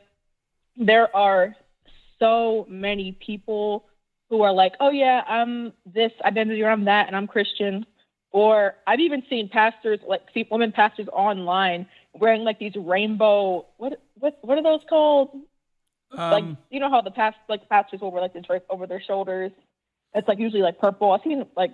Are you talking about a shawl? Like, you're talking about a rainbow shawl around them? Yes, sir. Okay. Yes, sir. Go on. And that really just made me think. I was thinking like, well, why has this become such like an accepted thing? Because before it wasn't really even accepted. People walked on eggshells around it, like around people being gay in the church. Because we even had a member of like our old church who was like on the choir, and everybody was kind of like, is he like little sweet, little sugar in his tank, like my mom likes to say. But it just made me wonder, when did church become less about getting right with the Most High and more about accepting people in regardless, like you know how they say, come as you are, and being it more about acceptance and living how you want to live instead of trying to live how the Most High wants you and having a chance to reach the kingdom. I don't know if that made any sense. It's just, it does make sense. But it comes down to this, right? In the book Morals and Dogma, right? There was a 33-degree Mason by the name of Albert Pike. He so happened to be Jewish, right? And he wrote a letter to I think his name to Manzino, and he proclaimed that the earth must go through 2 world wars, World War I, World War II, which would actually lead to the Jewish people gaining Palestine. This was the 1800s. Okay, I'm just summarizing this, right? And this was in 1871, I have on the screen here, where they had a plan after 2 world wars. They would send the world into chaos. They would begin to promote communism and atheism within Russia. And they would begin to promote that ideology within media as well as schools, right? Now, what their plan was, when you read it, because I've read this, and don't forget he was a 33-degree Mason. So what happens is, if you have one family who institute one level of the plan, only for when that person dies, for the next people in the right to pick up from where that last politician left off, to make sure it's achieved. What's achieved? It tell you this, and this is from the Oxford Academic. Like I said, I have my sources. He was a Jewish 33-degree Mason. And it says that this chapter evaluates Albert Pike's morals and dogma of the ancient accepted Scottish rite of Freemasonry. 1871, which it has begun one of the most famous and notorious books about Masonry ever published.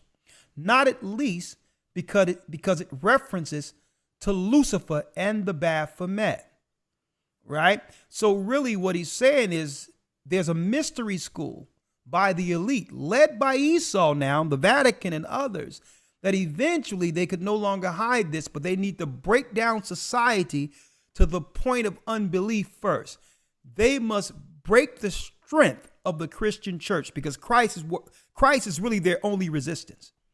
And once they do that, they'll be able to do what? They'll be able to bring Lucifer from out of the shadows to be accepted by the world. And this is why, folks, they've actually told us through their productions and all that when it happened, right? When they had the movie Lucifer. Now they got movies where they're celebrating Satan. That's right. Loki is Satan.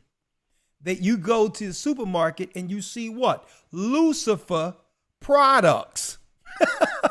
They're telling you that everything that this Satanist said would happen is in play. Their only play was to circumvent and take over the church altogether through the Baphomet. And when you look at the Baphomet, it's Satan with horns, with women breasts, and a male body. Transgenderism. That's in of itself, when you break it down, the secret ideology from the mystery school to when showing you that the church that once resisted Satan has now embraced him.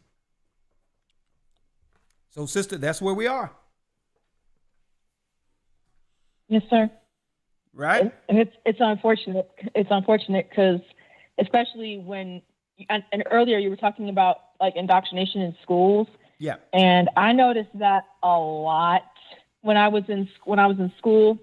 I don't notice it so much more now that I'm in college, but definitely when I was in high school, it was starting to become a thing, not so much in the classrooms, but more so about what people were learning about outside of school and bringing it into their peers and bringing it into classroom conversations. And I had seen somebody in the chat said it's because Jesus loves everyone. And that also made me think about how people have those like coexist stickers like on the backs of their cars. But where did that lie come from that Christ loves everyone? That's not in the Bible. I think it was something that Christ said that was misconstrued. The judge, not others, lest ye also be judged. Okay, yeah, but the whole thing is, it's not a person's position to judge people. That's what will happen when Christ, in the final judgment, judge the world, judge those who have obeyed or disobeyed. He will be the judgment to cast you into hell.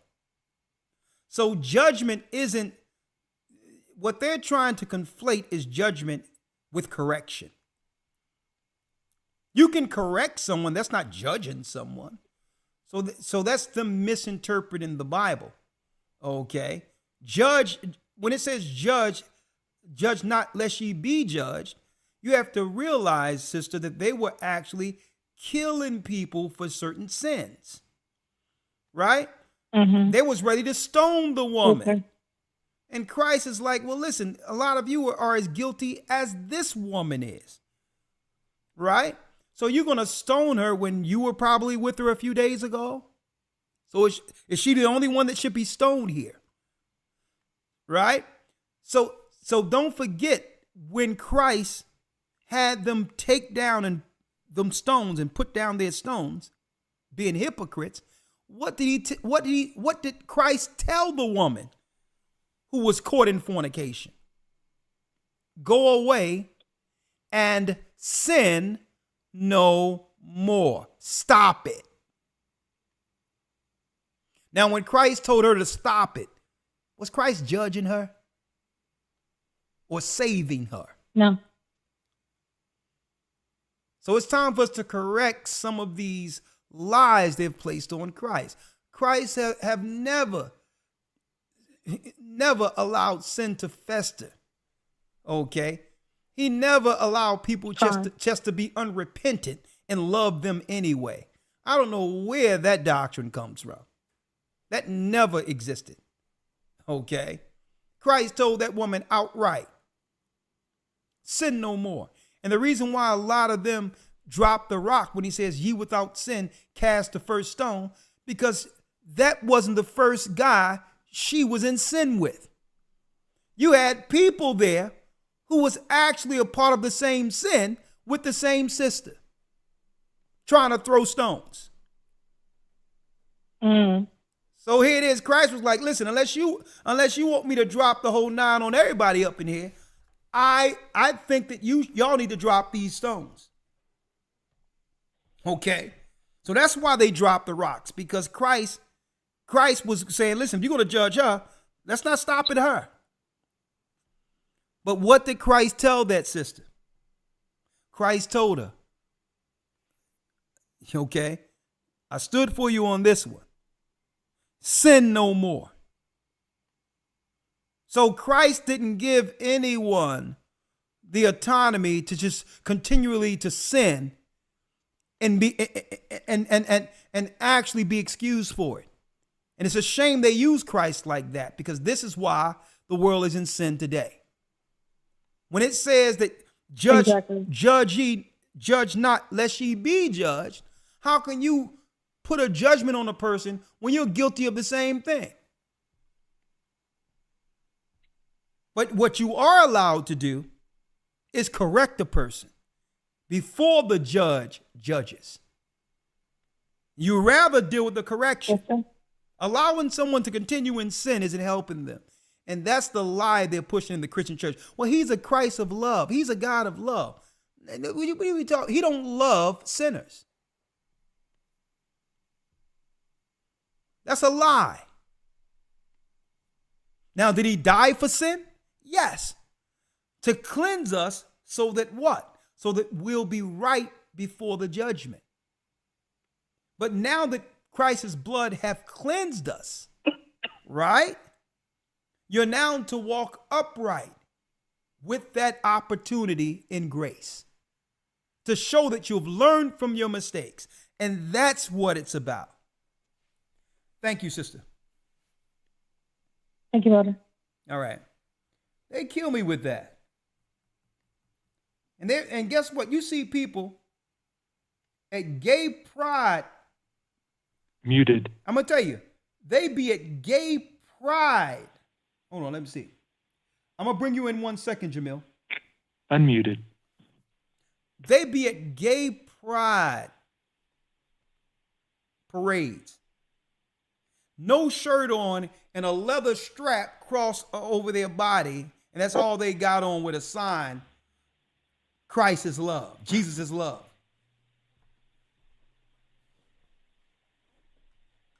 They're totally butchering that scripture.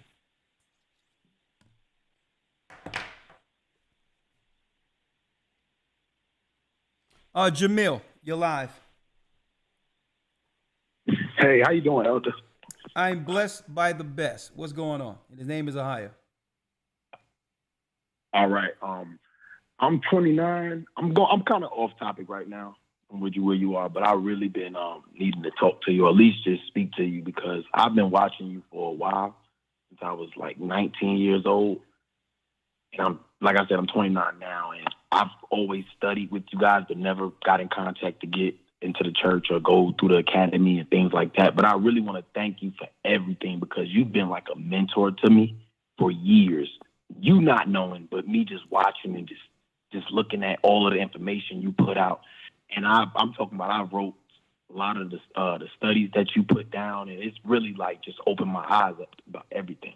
Fantastic, brother. That's good. I'm glad the Most High have used the work to impact your life. Listen, excuse me. Yes, definitely. But the main thing I really wanted to ask was and it's like I told him, was a question, the comment. Mentally, I see a lot of people around my age not knowing which way to go, myself included.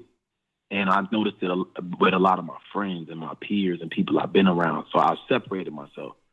But mentally, there's something out here that has, how can I explain it, has caused me to lose all of the zeal that I once had when I was studying with you. And I know, of course, we battling with the principalities of high places. Oh, brother, you're going to have to get to it, brother, because, hey, we're burning the midnight hour oil right now. Talk to me. What are you saying? I lost myself in the process of just trying to live once I stepped out the way. And I just want to know, what could you tell me? Because I went through a period of, just depression, just all type of things negative that came to me. And I just wonder, what do you think are the main things that I need to do? Of course, I need to get better with the Most High. But this battle has just been a crazy battle for me. Okay, good question. What city and state do you live in? I'm in Columbia, South Carolina. Okay, we have a church there? I'm not sure. I don't know. From what I know, no. Okay, well, I'm gonna give you a number to someone in South Carolina, because at the end of the day, brother, you can't forsake the assembling. There's no one out there who can actually do this walk alone. Okay, it's impossible. Understood. It's impossible. So you need a mission within the work itself, right? Understood. I feel that, yeah. Yeah, and by doing the work, that gives you a purpose within it, right? So you have to be able to build on the seed that was planted, right? And in order to build on that seed that's planted, you need works. You need to keep that seed, nourished. You need purpose. You need study. You need an initiative. So no one can do this alone, brother. So that's why you fell back into whatever you were dealing with, because, you have the fire to learn the word, but you didn't have an opportunity to utilize it, right? So I'm going to I'm going to help you with that. Hold on.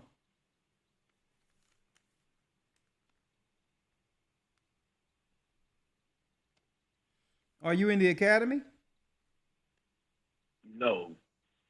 Only studies I've done was everything that was on YouTube, and I'm talking about 3 hour videos. I just sat through those.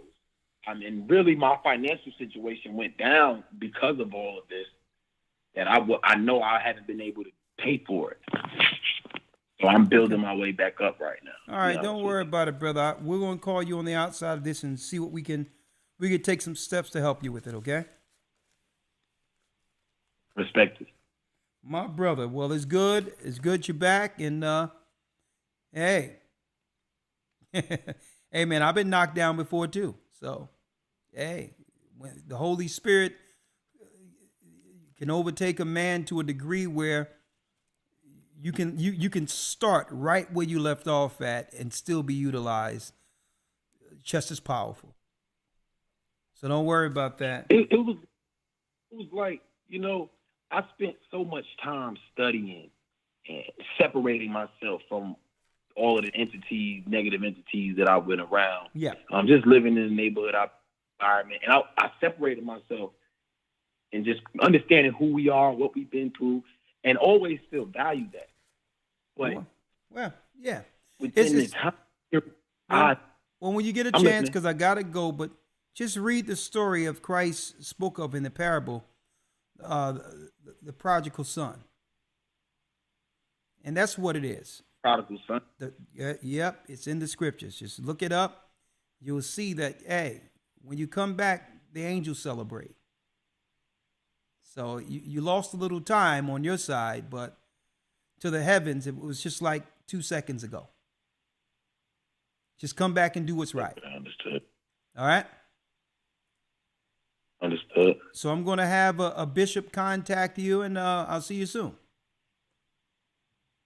Blessings. Thank you. All right, because I will be in the Carolinas very soon, so I'll talk to you about that later. Last call for this evening.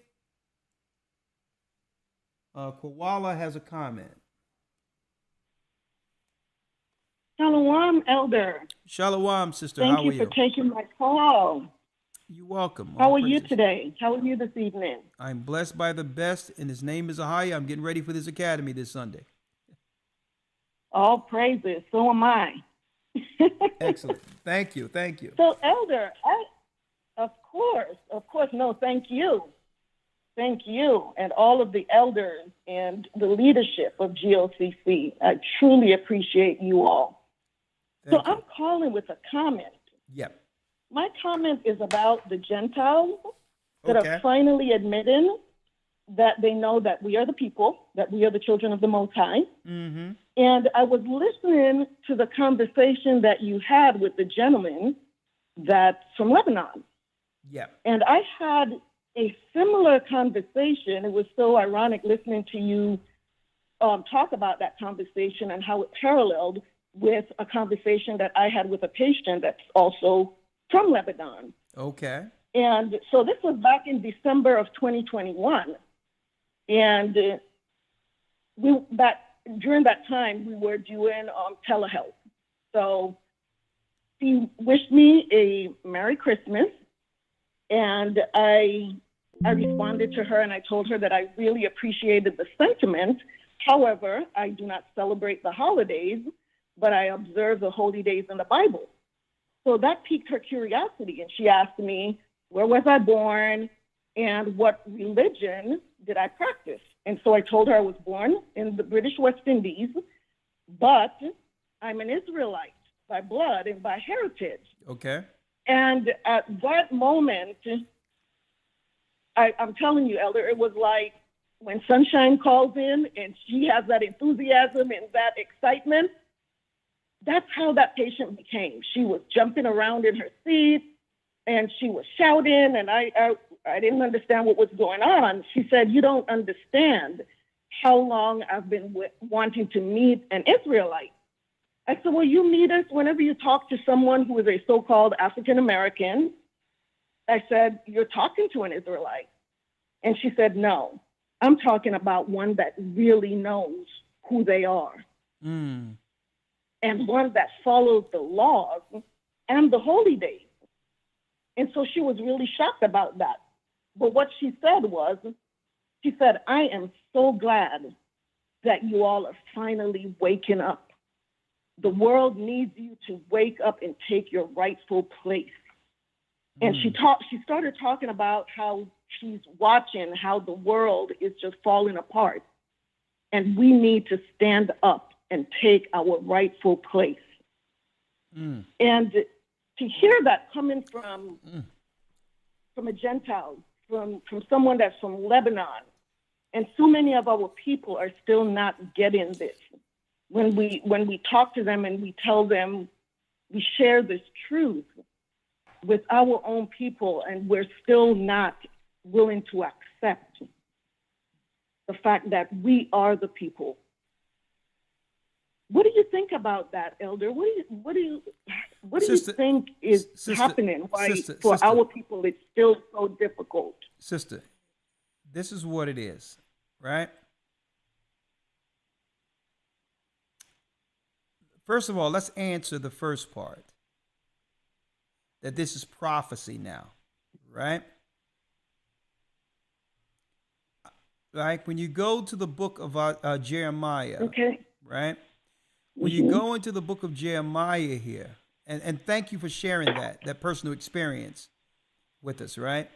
You're welcome. Because I've had many of these all over the world, right? What's going on in America or in the Western world in particular to why our people cannot receive it? I'm going to answer that in a moment, but prophetically what's going on is this. Jeremiah 16:19 reads, O Lord, my strength and my fortress and my refuge in the day of affliction. The Gentiles shall come unto thee from the ends of the earth and shall say, surely our fathers have inherited lies, vanity, and things wherein there is no profit. Right? So this is Bible prophecy where out of nowhere, the Gentiles are going to come before us and say, you know what? We realize we've been lied to. We always knew there was something special about you people, but couldn't quantify it because it wasn't allowed to be taught. It wasn't, the world would embrace it if it was taught, but it's the enemy who has power over what? Over the airwaves. Okay. Over the influences of education.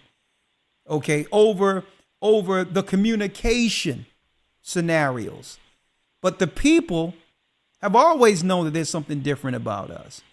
Now, the reason why so many sisters of our people cannot embrace it right now, and I'm going to tell you what's going on.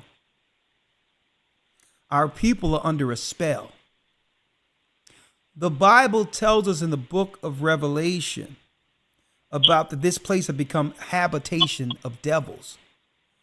There's high level dark craft that's really focused on our people. Believe it or not. And that's why it talks about, even in Esdras, that while we're idle, we'll be eating things sacrificed to idols. A lot of the stores we eat from, a lot of the places that's in our communities, these are top druid families, sorcerer families who sacrifice to their gods and cast stuff into their products and all that to keep us in bonds. That's number one. Number two, we have witches over churches. These women who are pastors in our churches aren't just women pastors. These are witches. Okay? And then you have from the political structure, you have Satanists operating on the political side, because you have to realize if they keep us destroyed, there's a pool of people they can utilize as servants, sex slaves, and everything else. So it's not until an individual come out of the control they have over us willingly and humble themselves before the Almighty, because there's too many elements working against them. They have to make a concerted effort to say, you know what? Nothing works. I'm stepping out of all of it. And what? I'm taking myself, I'm going to bow myself before the throne of the Almighty, humble, with my head on the ground, and ask the Most High to deliver me from this cesspool of evil. And it takes an individual. Now, as long as we embrace it or excuse it, we stay under the curse. You're under the curse. As long as you excuse it, as long as you try to make excuses for it, you're under the curse. When you break away altogether and say, you know what, enough is enough, that's when the Most High open your eyes and give you everything you've been waiting to understand. But as long as you're still walking up into one of those churches, you're under the spell. As long as you are as long as you're putting your money into the same people who sacrificing the devils and not towards your own freedom, you're under the spell. Because where your treasures are, your heart is also. Okay. Wow. The water for that thorough explanation. Yeah. I mean, And the word tells us that in these days, the Gentiles are going to cleave to us. Yeah. And she made that comment. She said, forget this doctor-patient relationship. She said, I just want to be your friend. Hey, sister, listen to this. While I was overseas, and I made this example all the time, I know people, this is why they don't want us to understand our full power. I know people who didn't even graduate school in the United States and went overseas into other countries and have become principals of schools in other countries. Right? Let me tell you, I know people, and let me tell you, how the world see us is a phenomenon, because most would not have experienced what we went through and survived through it. And this is why they like to keep us caged in, to not realize our full potential on the outside of Babylon. If we could, let me tell you, what we achieve through chattel slavery to still succeed threatens the whole world, because not any other people went through this. Not even those in Africa were able to go through what we've gone through, persevere, and still succeed. So this is why they have to keep us down, because wherever we go, we have what? We have the fortitude to adapt and to succeed above anyone else, because no one have experienced what we've gone through. We were born to succeed, so they must keep us down. So the whole thing is, sister, is that I more so don't focus on the people. Well, I think about them and pray for them, but I don't really focus on those who choose not to see. I celebrate those who see, because it's through that small remnant we take this kingdom, and we're taking it one brick at a time through this truth. Let me tell you, there's no people like the children of Israel, and they know it. All praises. And guess what? And you know what? I don't blame the enemy for doing what he does, because if he didn't put in scenarios to try to stop us, his empire would be over tomorrow.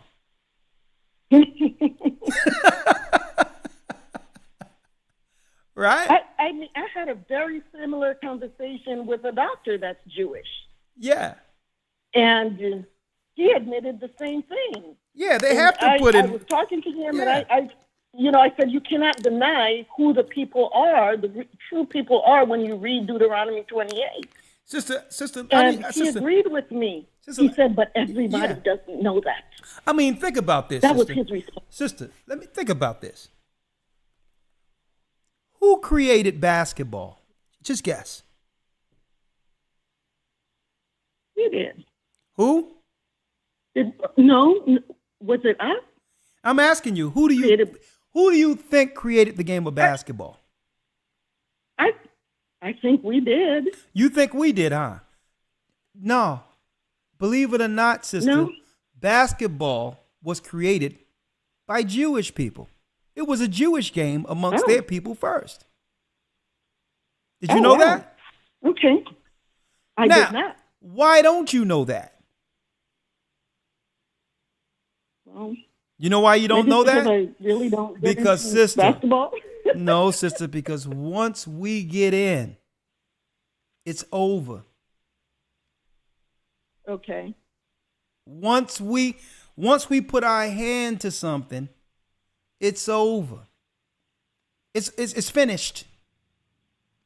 Hey, sister, you see some of the maneuvers. We took it over. Sister, listen, there's no disrespect to them, because I'm glad they created it. It gave us a lane to be able to help ourselves financially, right? But sister, you see how some of these airplanes do maneuvers and all that you see with the airplane shows and all that? Do you know a lot of those maneuvers were done by the Tuskegee Airmen, with planes that weren't made to do some of those flips and all that stuff you see? And guess what? And we didn't go through the training they went through. But once we got a plane, man, we was making a plane dance. They couldn't believe it.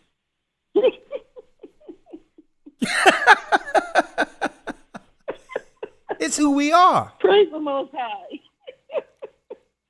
Sister, we are truly the salt of the earth. Sister, listen. The only time they the only reason they're Top Gun is because Tom Cruise was in the movie. All those, let me tell you, all those maneuvers and all that came. They don't know how we do it. Tuskegee Airmen. Let me tell you something, sister. This is why they must hold us back. I don't blame them, but listen, we here to spiritually war against them. I don't blame them because they're trying to keep their empire. But all in all, we have to spiritually fight against them. And guess what, sister? We're going to win. It's already written. We've won. Yeah, it's already written. We've already won. When Christ went, let me tell you, sister, when Christ went and shed his blood up there, the game was finished. It's whether or not we're willing to sacrifice our lives to the end to see what he see already. Right? So here it is. Here it is. The water for that. I at the bar. Bless you, sister. You have a blessed night, elders. You too. Shalom. Shalom. Shalom. The water. Let me tell y'all something, folks. Let me drop this on you. Let me tell you. I'm going to tell you how it is. Right? Let me hang up real quick from the line. Elvis Presley. What is he the king of? He was the king of absolutely nothing. He was sitting in the audience looking at Jackie Wilson. Okay. They went and dressed him like Jackie Wilson. And he's doing his thing with his hip, but he couldn't split. He tried the best he could. He could sing a little bit. But he told everybody, Elvis, that he was sitting front stage, Jackie Wilson. And his handlers was saying, you need to study this guy. And take this over to the white audience. This was before crossover. There was always, guess what? In this earth, there's only one Sam Cooke. And there'll never be another. All right? Even Fred Astaire would tell you. All right? There was nothing like Sammy Davis Jr. Nothing like it. They've never seen it. And this is not to knock their talent. They're talented too. But it's something goes on. Let me tell you, something happens when you allow Israel to operate before the world. Okay? And there have been great acts all over the world. Again, say what you want. There'll never be another Whitney Houston. And when did they begin to come down on her? When she went and baptized herself, her and Bobby Brown, look at it online, in the River Jordan, and proclaimed that she was an Israelite.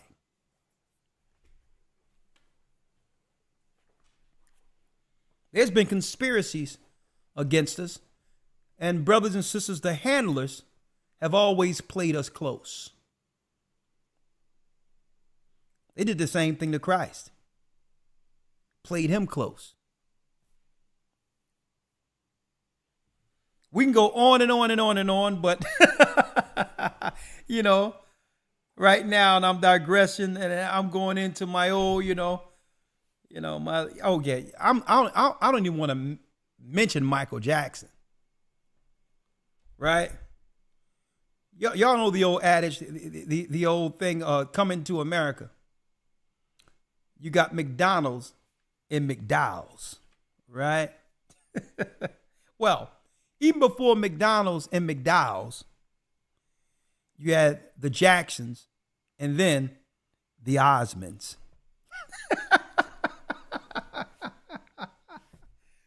Woo! With that, it's good to be alive. It's good to know the truth. And boy, I'm chopping at the bit for this academy. And I know Shapat has some news for this Sunday that we all must know and hear. I'm curious to understand what news will be divulged this coming Sunday. So be a part of the Hebrew Bible Academy. Thank you, elders, all those who have worked towards this work, all those that back us up within administration, elders, deacons, brothers, sisters, bishops, everywhere. Elder Yarack, Elder Dell, thank you for assisting me with this the chat here. And nobody, I guess they didn't pop in on Zoom, huh? Well, with that, we're going to say shalom. Thank you, Elder Lawyer, for all you do. And right now, yes, sir. We have a good night. Have a good night, sir. Bless you. Yes, sir. Shalom. Shalom. And keep in mind that the Most High is calling back Israel. Okay? Let's go. The Arabs and Africans told us at gunpoint, together our wives and children then sold us. In the belly of these great ships we traveled in fear. By the rivers of Babylon we found our brothers here. Asher in Colombia, Reuben from Australia, Issachar, the Mexicans, a highest gathering in Israel, Judah, the Negroes, Benjamin, the West Indians, Levi, the Haitians, a highest gathering in Israel.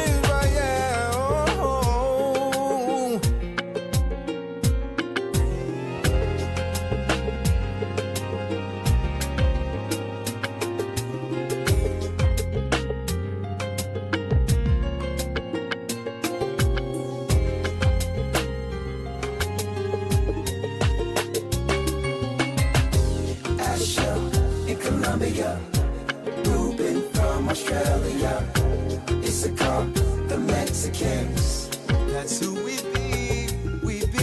Judah, the Negroes, Benjamin, the West Indians, Levi, the Haitians, Manasseh, the Cubans, Ephraim from Puerto Rico, Naphtali from the Isles of Hawaii. The Lord is calling back Israel. Zebulon from Panama, yeah, the North American